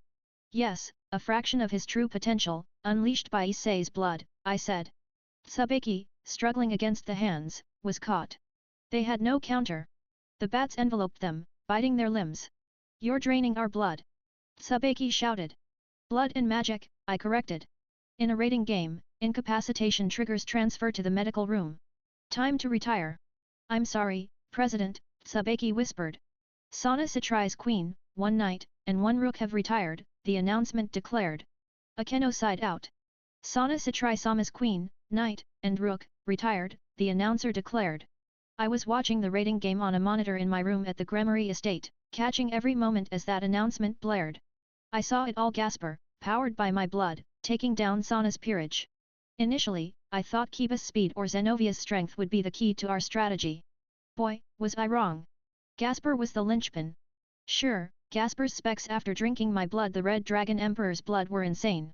I'd seen it during the summit attack. His vampire abilities could take out foes without wrecking the battlefield. But using him like that? Nobody saw it coming. Not even Sana. Her vice president, Meguri-san, and Yura-san were crushed by Gasper, costing her major firepower. Meanwhile, our side hadn't lost a single member. The tide had turned. Rias was now in control. Gasper was down, drained from his effort, but Akeno-san and Zenovia were still raring to go. The question was, how would Sana counter from this disadvantage? And then there was Sajji. Kiba and Sajji had been fighting for a while. Sajji was slashed to ribbons, blood soaking his body, smoke rising from wounds under the holy aura of Kiba's holy demonic sword. He could collapse any second. Kiba had the clear upper hand. Yet Sajji refused to fall. His aura surged, stronger than when the fight began. Kiba, noticing, showed a flicker of confusion. This game was about to get wild. Kiba sighed. Ha, ha, cough. Sajji gasped, kneeling, blood pouring from his wounds. I had a few scratches but no major damage. Using my speed, I kept attacking, dodging Sajji's barehanded strikes or his line. Hit and run classic. I was supposed to be dominating. But that thought had vanished. No matter how many times I cut or knocked him down, Sajji got back up, attacking with increasing ferocity. Ka-Ra! Sajji roared, gritting his teeth through the pain, standing again. Where was this strength coming from? Line, he shouted, unleashing it with blinding speed far faster than before. I parried with my sword, keeping my distance. If that line connected, it drained my power. It wouldn't take everything instantly, but I couldn't risk it. Touching it was a bad idea. Nearby, Konako-chan battled Nimura-san. Konako excelled in close combat, and with her Nikomata powers unleashed, she was even stronger. Nimura, though, seemed to know senjutsu, deftly evading Konako's strikes. Then Konako's fist grazed Nimura's cheek. A shift Nimura wavered, her eyes unsteady. Konako pounced. Her fist, cloaked in faint white aura, slammed into Nimura's chest. Pow! A crisp sound echoed. Nimura dropped to her knees. With my aura-clad fist, I struck you, Konako said. I damaged your ki flow, so you can't channel magic anymore. The internal damage means you can't stand. So that's Konako's senjutsu. I'd heard about it, but in close combat, it's devastating.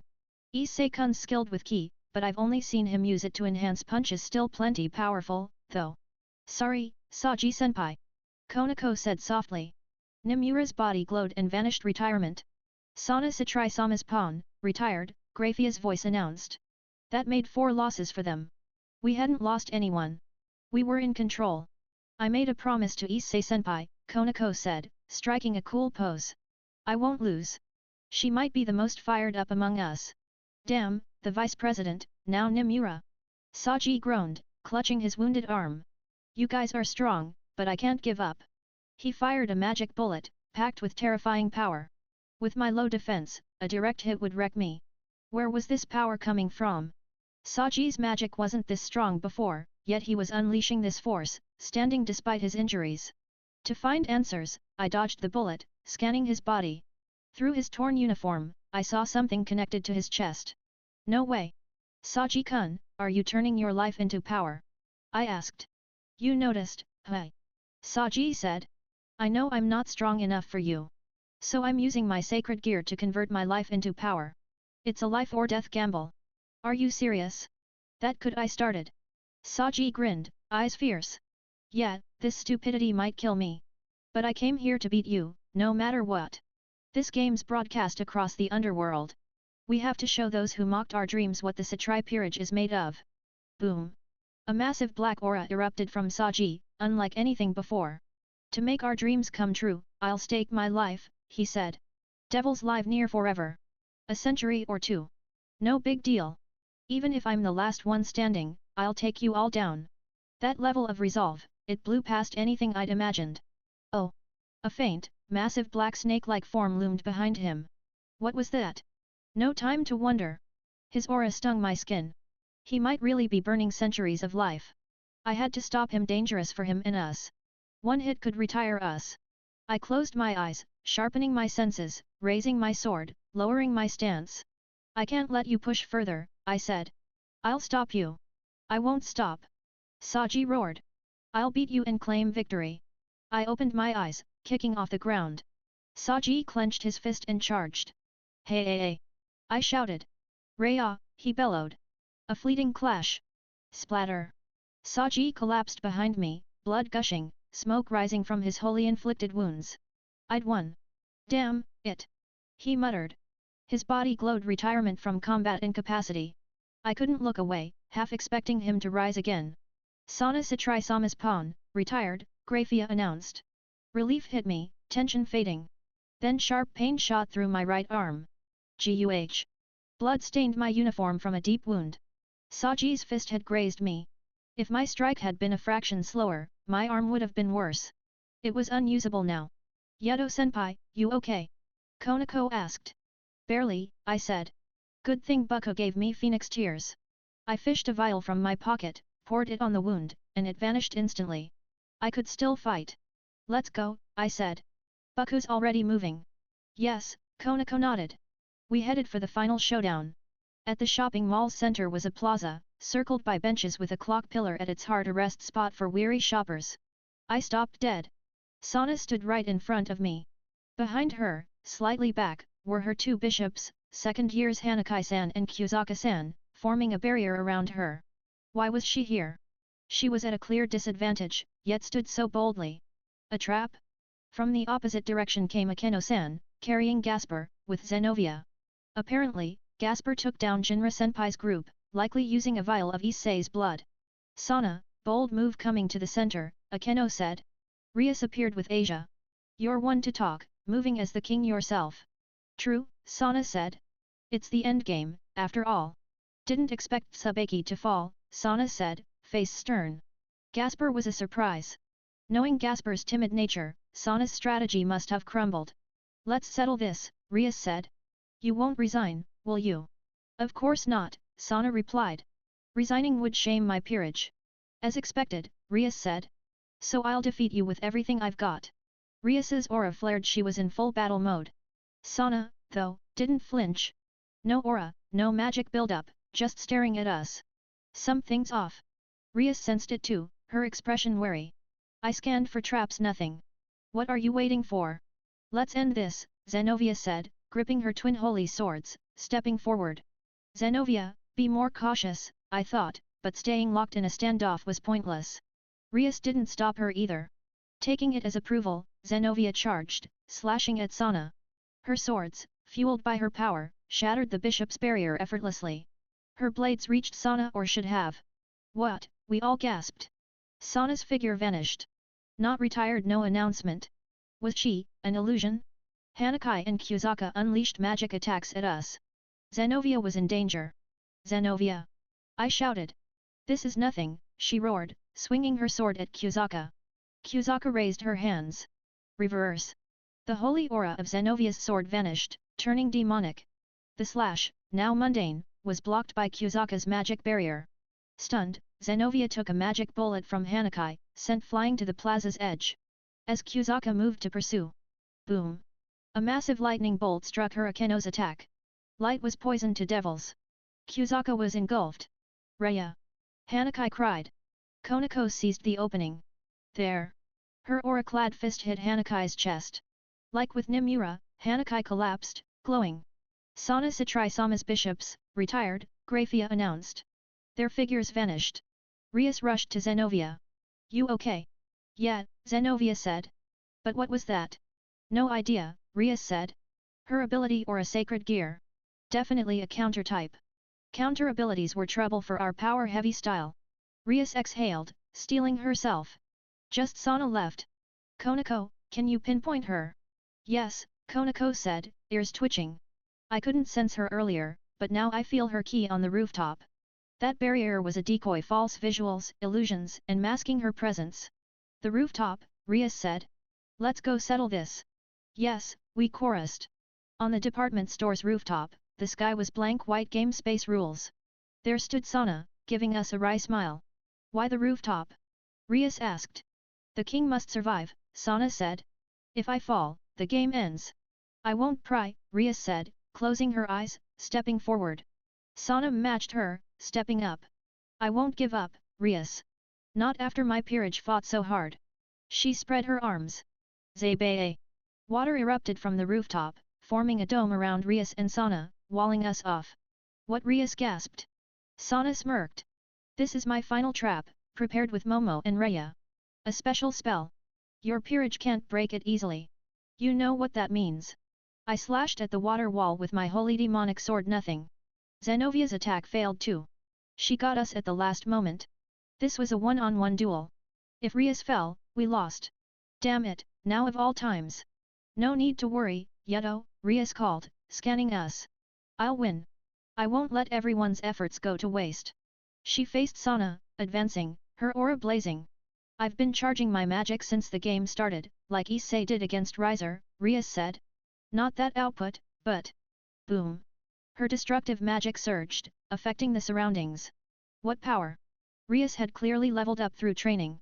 Sana smiled, water aura gathering, forming shapes, a soaring hawk, a slithering snake, a bold lion, a wolf pack, and a massive dragon, layered together.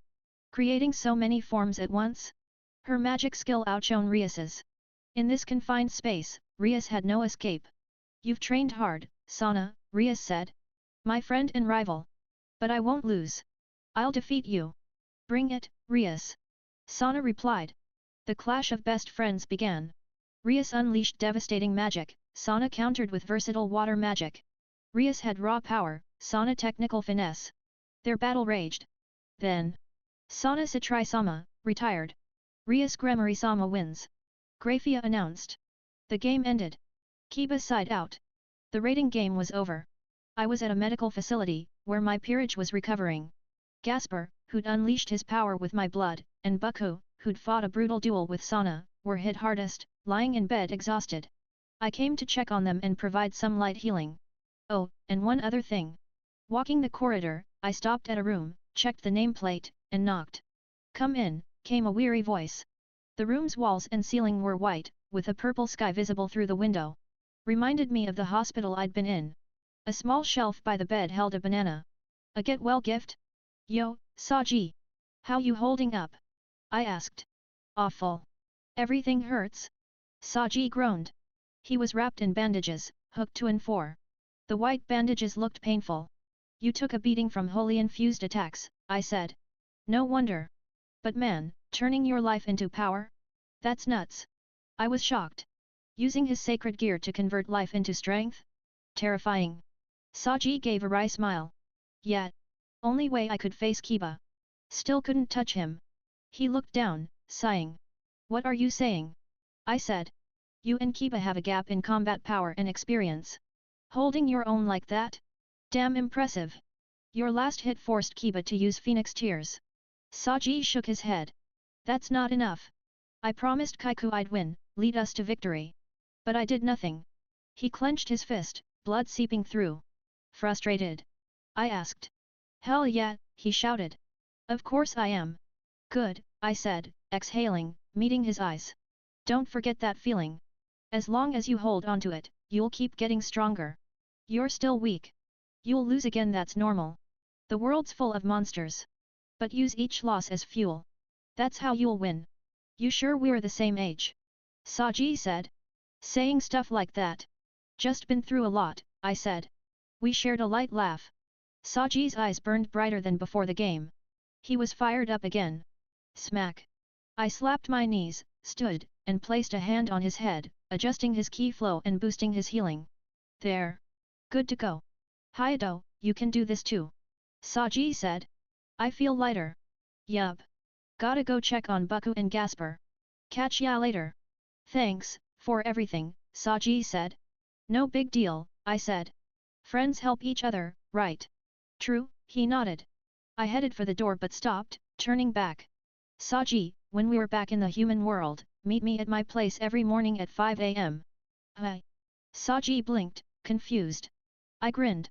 I'm gonna train you. You'll taste some of my training menu. Wait, what? He yelped. That sounds insane.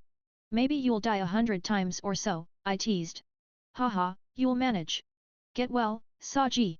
I waved and left. Hey, wait. Sajji shouted. Thud. Crash. From the sound, he fell off the bed.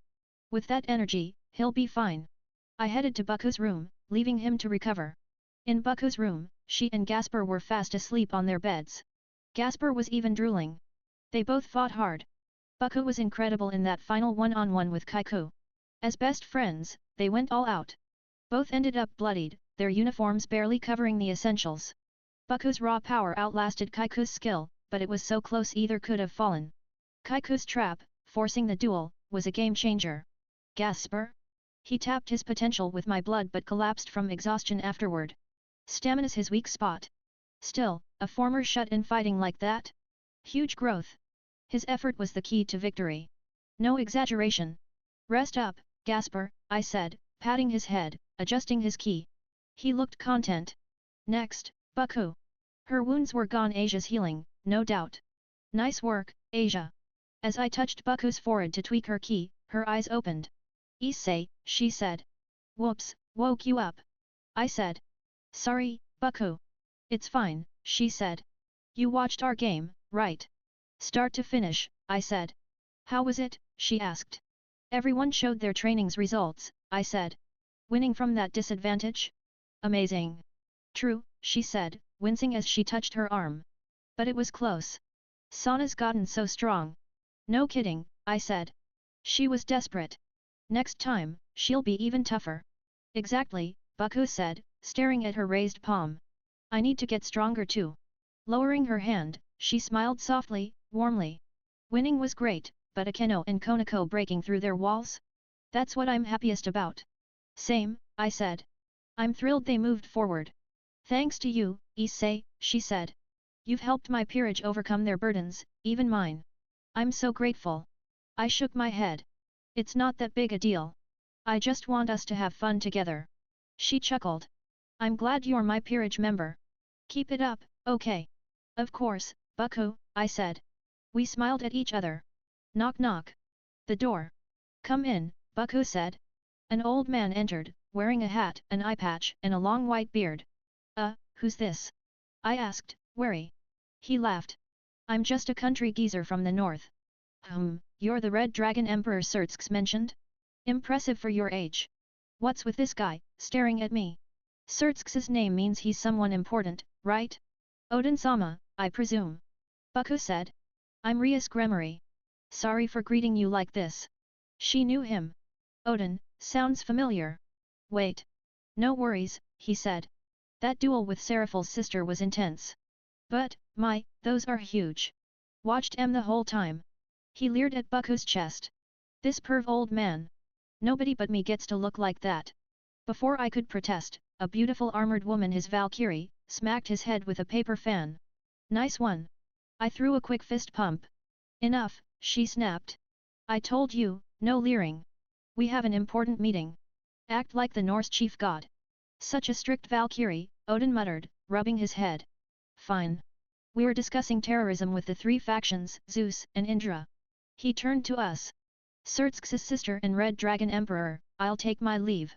We'll meet again. With that, he and the Valkyrie left. What was that? A Norse god? Looked like a dirty old man.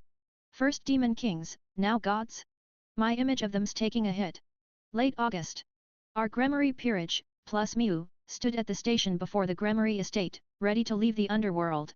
Issei-kun, come back anytime, Zidicus said, attendants behind him. Say hi to your parents for me. Will do, I said. Vanayalana spoke next. Issei-san, take care of Rias in the human world. She can be willful, so I worry. Mother. Rias blushed. What are you saying? So cute, Baku. Of course, I said, nodding. She's family, I'll protect her. Miu-san, our time together was lovely, Vanayalana said. Come back soon. Yes, Vanillana-san. Miu said, clasping her hands. They'd bonded, probably while we were busy.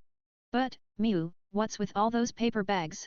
Rias, send a letter during the rest of summer, Sertsk said, holding Milikas, with Grafia nearby. Yes, Uni-sama, Rias said. Stay well, Milikas. Okay, Rias Nisama. Milikas chirped. Sertsk leaned in, whispering to me. Issei-kun, we couldn't talk much this time, but let's meet again. Definitely. I replied. Mind if Serafal joins? She wants in. Serafal? Sana's sister. Exactly. She's got Sana's albums to show off. No way. Count her in. Done. We shook hands firmly. On the train back, Miu and I were battling. Against what? Summer homework, untouched from our hectic underworld trip. Thinking back, I spent most of my crucial second-year summer with dragons and mountains, nearly dying daily. The highlight? Sleeping next to Tia. Her chest was divine, thank you. Now, I was crying over Japanese literature homework. Miu, next to me, breezed through problems. Her brain's on another level. Someone, help. Help me. Haha, even Issei-kun can't beat homework. Kiba teased, sipping tea elegantly. Help if you're gonna laugh. I snapped. Finished mine the day I got it, he said. Damn his smug face. Ugh, whatever. I'll tackle it tomorrow. Wait, that's a loser's mindset. I sighed. Then Konako appeared and sat on my lap. Her cat ears twitched adorably. K Konako-chan. I stammered, peeking at her. Naya, she beamed, full smile. Whoa. I hugged her tight. Naya. Senpai. Her face turned red. Too cute. Her charm's lethal. Then I felt glares. Asia's teary eyes, Rias's half-glare, Akeno's silent smiling pressure, and Miu growling, pinching my cheek. Ow, Miu. I whined. I couldn't resist Konako's cuteness, forgive me. The train carried us back to the human world. At the human world's underground platform, I stretched. We're here. Time to head home. We grabbed our bags and disembarked. Then I spotted a familiar face, a refined guy from the Young Devils Gathering, the one eyeing Asia oddly. Diodora Asteroth, from Beelzebub's house, right? He zeroed in on Asia. Asia Argento, finally. Asia faltered. Hey, you're freaking her out, I said, stepping between them. What's your deal? Ignoring me, Diodora looked at Asia earnestly. Have you forgotten me? We met before. He opened his shirt, revealing a deep scar. Asia's eyes widened. That scar, could it be a connection between an upper-class devil and a former nun? You couldn't see my face then, he said, but I'm the devil you saved. Asia froze, speechless. Let me introduce myself, Diodora said, kneeling, kissing her hand. I'm Diodora Asteroth. I came for one reason. What the? I shouted. Hands off Asia. Ignoring me again, he said, Asia, I came for you. I couldn't greet you at the gathering, but meeting again feels like fate. I love you. Be my wife. Diodora proposed to Asia in front of us all. Summer break ended, and the new term loomed. Side story, Training Experience Edition. The morning after returning from the Underworld, at 4:50 a.m., I stretched outside my house, prepping for training. Summer camp was over, but strength comes from daily effort. Beside me, Baku and Asia stretched too, used to training with me since moving in. Their movements, let's just say, were a feast for the eyes. Morning blessings. Thank you. Feeling energized, I stretched my hips when something soft pressed against my back. Yufufo, Issei-kun, care to join my stretches? Akeno-san pressed closer, her presence undeniable through her tracksuit. Heavenly. Of course, Akeno-san. I'd stretch with her anytime. As I got excited, someone grabbed my right hand. Konako-chan, blushing and fidgeting, looked up. Can I join too? Too cute. Since summer camp, Konako-chan's been different, sitting on my lap on the train, even sleeping on me this morning in cat ear mode, purring Nian. Unreal cuteness. Absolutely. I beamed. Thank you, Issei-senpai, she smiled, nearly giving me a nosebleed. Miu, Asia, and now Konako-chan, my ultimate healers. Miu. First Vice President Akeno, now Konako? Tough competition, Zenovia muttered, stretching behind me. Issei-kun conquers hearts without even trying, Reina added. Conquers? What? Haha, classic Issei-kun, Kiba laughed. Amazing, Issei-senpai. Gasper chimed in. I don't get it. Whatever. Helping Akeno-san and Konako-chan stretch, I glanced at my watch. They should be here soon. Hey, Hyoudou. Sajji waved, approaching with several girls. Yo, Sajji, and President. The entire student council was with him. I'd invited Sajji to train in the hospital, but the whole crew? I mentioned training with you, and President wanted to try, Sajji said with a wry smile. After our last game, I realized our shortcomings, Sana explained. I thought this could inform our future training. Sorry for coming unannounced. Is it okay? Classic President turning defeat into growth. She'll win next time. No problem. Let's make this a joint Gremory Satrai morning training. Gremory and Satrai members lined up outside my house, with me and a yawning Miu at the front. Alright, let's start. Today, you'll experience part of my training routine. That cool. I'd planned to train Sajji, but when I told Baku, everyone wanted in.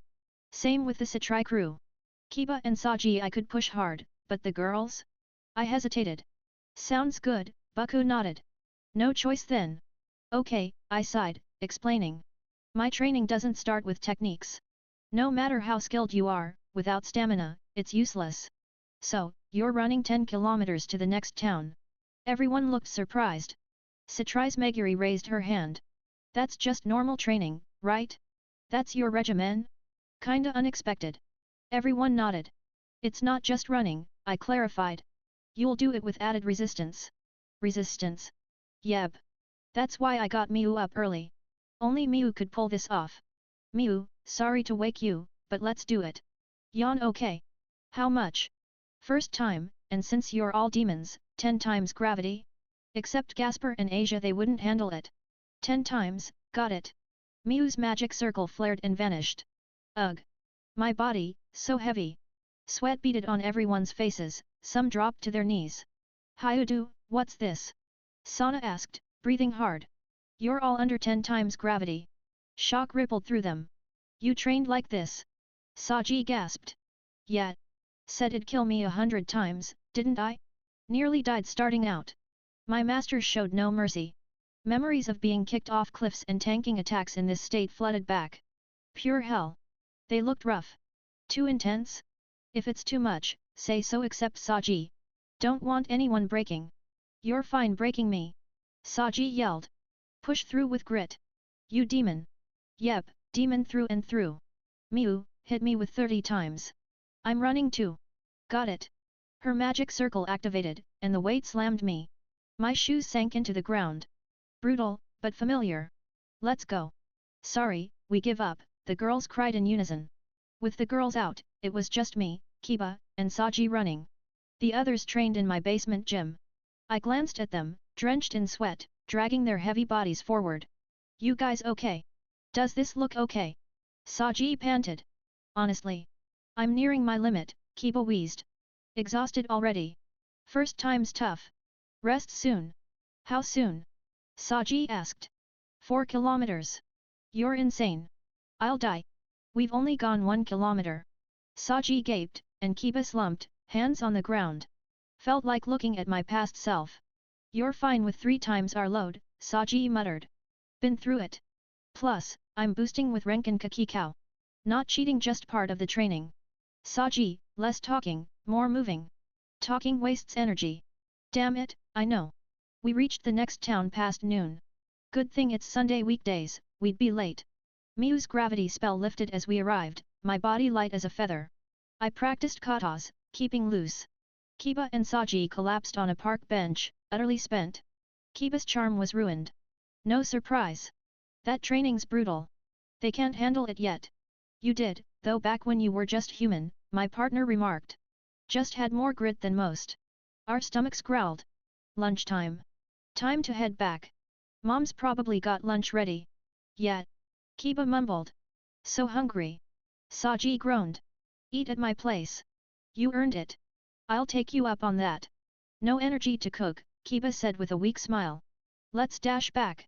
Food'll get cold. The two slumped again. Run again. Sajji whined. No gravity now. Should be easy. My legs are jelly. Grit it out. Here we go again. We ran home, wrapping up the training experience. The next day, Kiba and Sajji were wrecked with muscle pain, barely able to move. 10 times gravity was too much. I'll coach them again tomorrow, but maybe ease up a bit. 2 weeks after returning from the Underworld, summer break ended, and Kuoh Academy kicked off the second semester. Fresh from morning training, I stood sweating at the entrance, staring at a pile of lavish gift boxes. All addressed to Asia. The sender? Diodora Asteroth, heir to the Asteroth clan, which produced the current demon king Beelzebub. At a young demon gathering in the Underworld, he'd eyed Asia strangely, then ambushed us post-summer camp to propose to her on the spot. When he kissed her hand, I nearly punched him. But causing a scene would have sparked trouble, so I held back. Gotta pat myself on the back for that restraint. Thanks to Bucku stepping in, we sent Diodora packing without incident. But I can't stand the guy. It's not like he did anything to me directly, we barely met. Yet, something about his gaze, especially toward Asia, feels slimy, far from love. Maybe I'm overreacting. For now, I'll just keep an eye out. But these gifts? Asia wants nothing to do with them, she's troubled, and they keep coming daily. Total stalker behavior. Mom and Dad were livid when they found out. They treat everyone in the house like family, doting on Asia like a daughter. Dad nearly stormed Diodora's place. Try being the one to stop him. Hey, Issei. Done with morning training. Buku appeared in her tracksuit, sweat on her brow, a towel around her neck. Yeah, just showered. You done too? We just finished. Training with everyone really boosts progress, she smiled. The occult research club members join me for morning runs, then return home for individual training. With so many, we've been sparring, tackling intense regimens. But right now, I need to deal with this gift mountain. Buku, sensing my frustration, gave a wry smile. Beyond these, there's love letters, movie tickets, dinner invites, even gift cards, she said. Asia's overwhelmed, so I've been disposing of them, but Diodora keeps sending more. Even Buku looked exasperated. It's daily, after all. Should we toss these too? I asked. Yes. I'll handle them after school. We sighed heavily in unison. The second semester brought September's sports festival preparations at Kuoh Academy. But something else got under my skin. Classmates upgrading over summer, guys dyeing their hair, girls turning into trendy gals. Summer glow UPS. Fine by me. What pissed me off was different. Got a girlfriend over summer and ditched my virginity. Didn't quite work out, Motohama muttered. Did you get the info?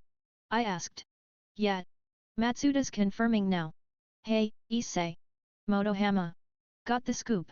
Matsuda burst into the classroom. Yoshida sealed the deal over summer. With a third-year girl, no less. Damn it. Motohama and I cursed in unison. That jerk. No wonder he's been acting cocky since the semester started. And Oba hooked up with a first year. Matsuda added. What? I spun around to see Oba waving with a smug grin. Damn non-virgins. Treating manhood so lightly. I wanted to lose mine too. I didn't. Between gatherings and training, no chance. Damn it all. As I raged internally, a presence approached. Reeks of virginity, Kiryu smirked, pinching her nose. You here to mock us? Motohama snapped. Bet you wasted your summer, she teased. Shut up. By the way, Issei, Asia's been spacing out lately. No why? Probably Diodora. Asia's been distracted, even holding her textbook upside down in class once a rare fluster. She was chatting with classmates now, but I wanted to help. I'll support Asia however I can. You do the same, Kiryu said. Thanks, Kiryu. She's a good person, deep down. Hey. Big news, a male classmate rushed in, catching his breath. We're getting a transfer student. A girl.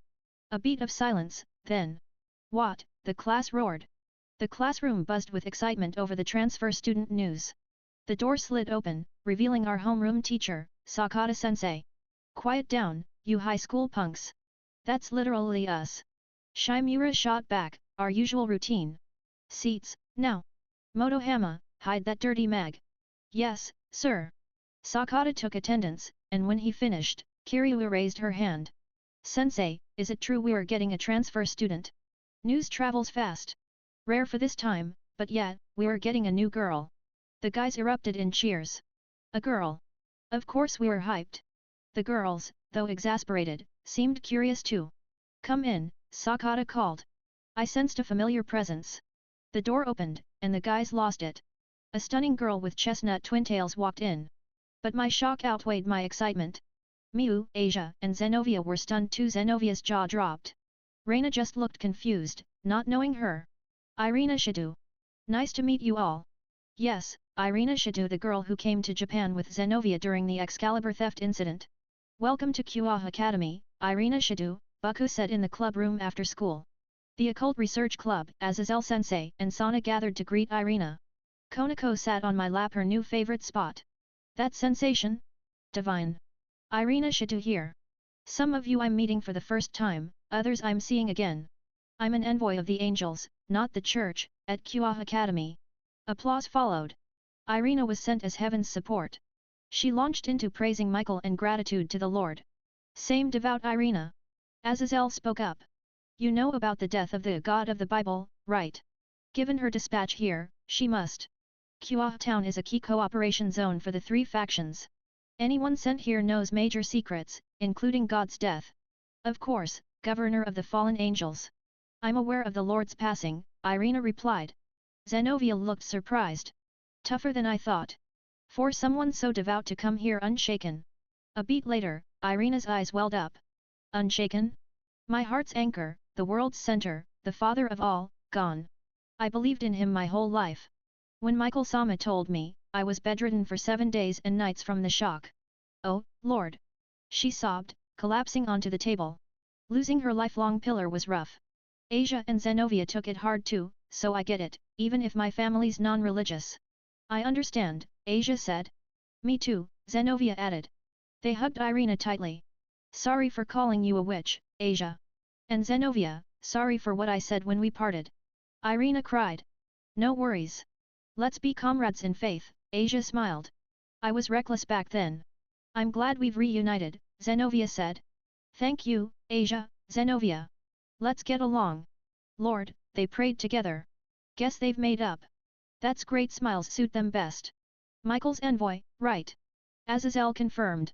Yes. Michael-sama was concerned no angels were here. Lack of staff is an issue, Irina said. Michael mentioned that, Aazelle sighed. This place runs on demon and fallen angel power. Rias, Sana's kin, me, and Rainare. It works fine, but Michael insisted on heaven's presence. Overkill support, if you ask me, but he sent her anyway. So that's why Irina's here. Baku's small demon base has grown into quite a crew, thanks to the peace treaty. I had a burning question since reuniting with Irina. Are you, not human anymore? You noticed, Issei-kun. Your aura is slightly different. Impressive. Let me show you. Irina stood, striking a prayer pose. Her body glowed, and white wings sprouted from her back. An angel? Everyone, except Aazelle, who stroked his chin, was stunned. You became an angel? Kiba asked. It's new, Aazelle shrugged. Theoretically discussed by heaven and underworld scientists, but... Irina nodded. With Michael-sama's blessing, I became a reincarnated angel. The Seraphim adapted demon and fallen angel tech to make it possible. So Kuoh Academy now hosts demons, fallen angels, and angels. Irina continued. The 4 great Seraphim and 6 others, 10 in total, created 12 subordinates each, called Brave Saints, modeled after trump cards. The lead angel is the king. Aazelle perked up, loving tech talk. They adapted the demon pieces and fallen angel artifact tech. Clever, heaven. Demons use chess, angels use cards. Trump means ace, fitting since pure angels can't multiply post-god. Reincarnated angels bolster their ranks. Like demon pieces, but for angels. There's probably a joker out there, like the apostles, Aazelle chuckled. What card are you, Irina? I asked. She puffed her chest. I'm an ace. Michael-sama's ace angel, an honor worth dying for. Even without the Lord, serving Michael-sama is enough. Her eyes gleamed, and a glowing on her hand. Michael's your new purpose, hi. I sighed. Better than losing herself, Zenovia said. True. Better to serve a new cause than wallow in God's absence. Irina beamed. Michael-sama envisions cross-faction games, like demon raiding games, with demon pieces versus brave saints. For now, only Seraphim have this system, but he plans to extend it to other high angels for competitive growth. Some demons and angels resist cooperation after centuries of conflict, Aazelle said. Michael's smart channeling grudges into games, like human World Cups or Olympics. A way to vent? Sounds fun. Can I join when it's ready? I asked. It'll take a decade to establish, Aazelle said. By then, you'll be pro-demons, eligible to compete, unlike now. Hell yeah! If I shine, I could rise to high-class demon and build my harem. Calm down, Aazelle warned. You'd scrap most opponents. Restrain yourself. Don't make me sound like a monster. You wrecked Cockabile, my partner, Drake, chimed in. Et2, Drake? Everyone laughed bitterly. Let's wrap this up and welcome Irina, Sana smiled. Irina addressed us. Demons, I opposed and fought you before. But Michael-sama says, get along now. So, I want to be friends, always did, honestly. I'll represent the church here. Please, let's work together. Despite our history, Irina's now part of Kuoh Academy. The Citrikin joined post-student council duties, and Irina's welcome party began. A few days after Irina's transfer, the classroom buzzed during homeroom as we discussed sports festival events. I'm doing the scavenger hunt. Irina raised her hand, brimming with energy. Her infectious cheer had already won over the class, boys and girls alike. Meanwhile, I slumped over my desk, sighing. Irina had moved into my house. With our mansion 6 floors above, 3 below, space wasn't an issue. But I noticed something: the higher the girl-to-guy ratio, the more out of place I felt. A house full of beauties? A teenage boy's dream. But reality wasn't so sweet. Take Asia, Zenovia, and Irina chatting together. Impossible to join their girl talk. Add Konako or Reina, and I'm completely shut out. Even approaching Buku or Akeno-san feels futile. They're deep in their own big sister version of girl talk. Trying to cozy up just leaves me empty. Sure, I've been surrounded by girls before in another world with maids and Alice's crew. But as a guest there, I never felt this awkward. I was too busy asking questions, clueless about everything. Am I that useless? Can I really become a harem king like this? Not that we're on bad terms. We get along fine. I've accepted girls have their own world. Lately, though, I've been leaning on Miu a lot. She seems to sense my mood, always looking out for me. Yesterday, she gave me a lap pillow. My sister's kindness hits hard. Hyoudou, Kiryu called from the blackboard, jotting down sports festival assignments. Your shirt's torn under the arm. What? Seriously? I checked my shirt, no tear. Too late.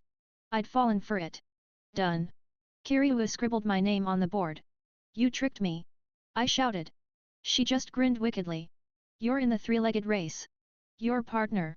Hands shot up, Miu, Asia, Reina, and Zenovia. The four exchanged glances. Quite the competition, Zenovia said. This I won't yield, Miu replied. Same here, Reina added. I want to run with Issei-san. Asia chimed in. Sparks flew between them. They moved to the back of the classroom and rock, paper, scissors. Tie. A fierce rock-paper-scissors battle began, each girl dead serious. They want to race with me that badly? I'm flattered. Tie. Tie. Tie. This was dragging on. Sorry to interrupt, but decide soon. We need the roster today, Kiryu said. Tie. They weren't listening. 5 minutes later. Hyoudou's partner is Asia, Kiryu announced, writing her name. Asia had triumphed in the endless tiebreaker. That's what I get for choosing paper. Zenovia groaned, glaring at her hand, blaming her past self. A fair loss, nothing to be done. Asia approached, cheeks flushed. Please, Issei-san. You got it, Asia. And so, Asia and I became three-legged race partners. The next day, sports festival practice began. Our class, in gym clothes, trained for our events together. Bring it, Zenovia. Irina challenged. You're on. Zenovia shot back. They sprinted across the field, practicing for the relay. Fueled by rivalry, they blazed at demonic and angelic speeds. Miu and Reina practiced the obstacle course, somehow tangled in nets looking rather provocative. Hard to track boob movement at that speed, I muttered. Yep, Matsuda agreed. Moderate pace is best for watching, Motohama added. We three observed the girls' bouncing assets. Every move was mesmerizing. Gym clothes are the best. Hey, Hyoudou, Sajji called, holding measuring tools. Yo, Sajji. What are you doing? Observing bouncing boobs. Still the same, huh?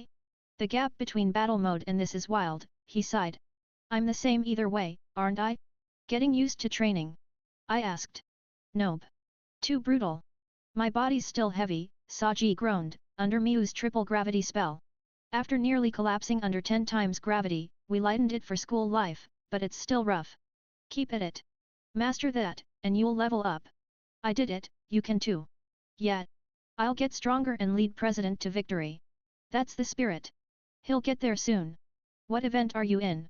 Sajji asked. Three-legged race with Asia. Damn, lucky bastard. I'm in the bread-eating race. That sounds fun, but I'd rather run with Asia, side by side. Two glasses-wearing girls approached Sajji. What are you doing? We need to check tent spots. Hurry, Sana ordered.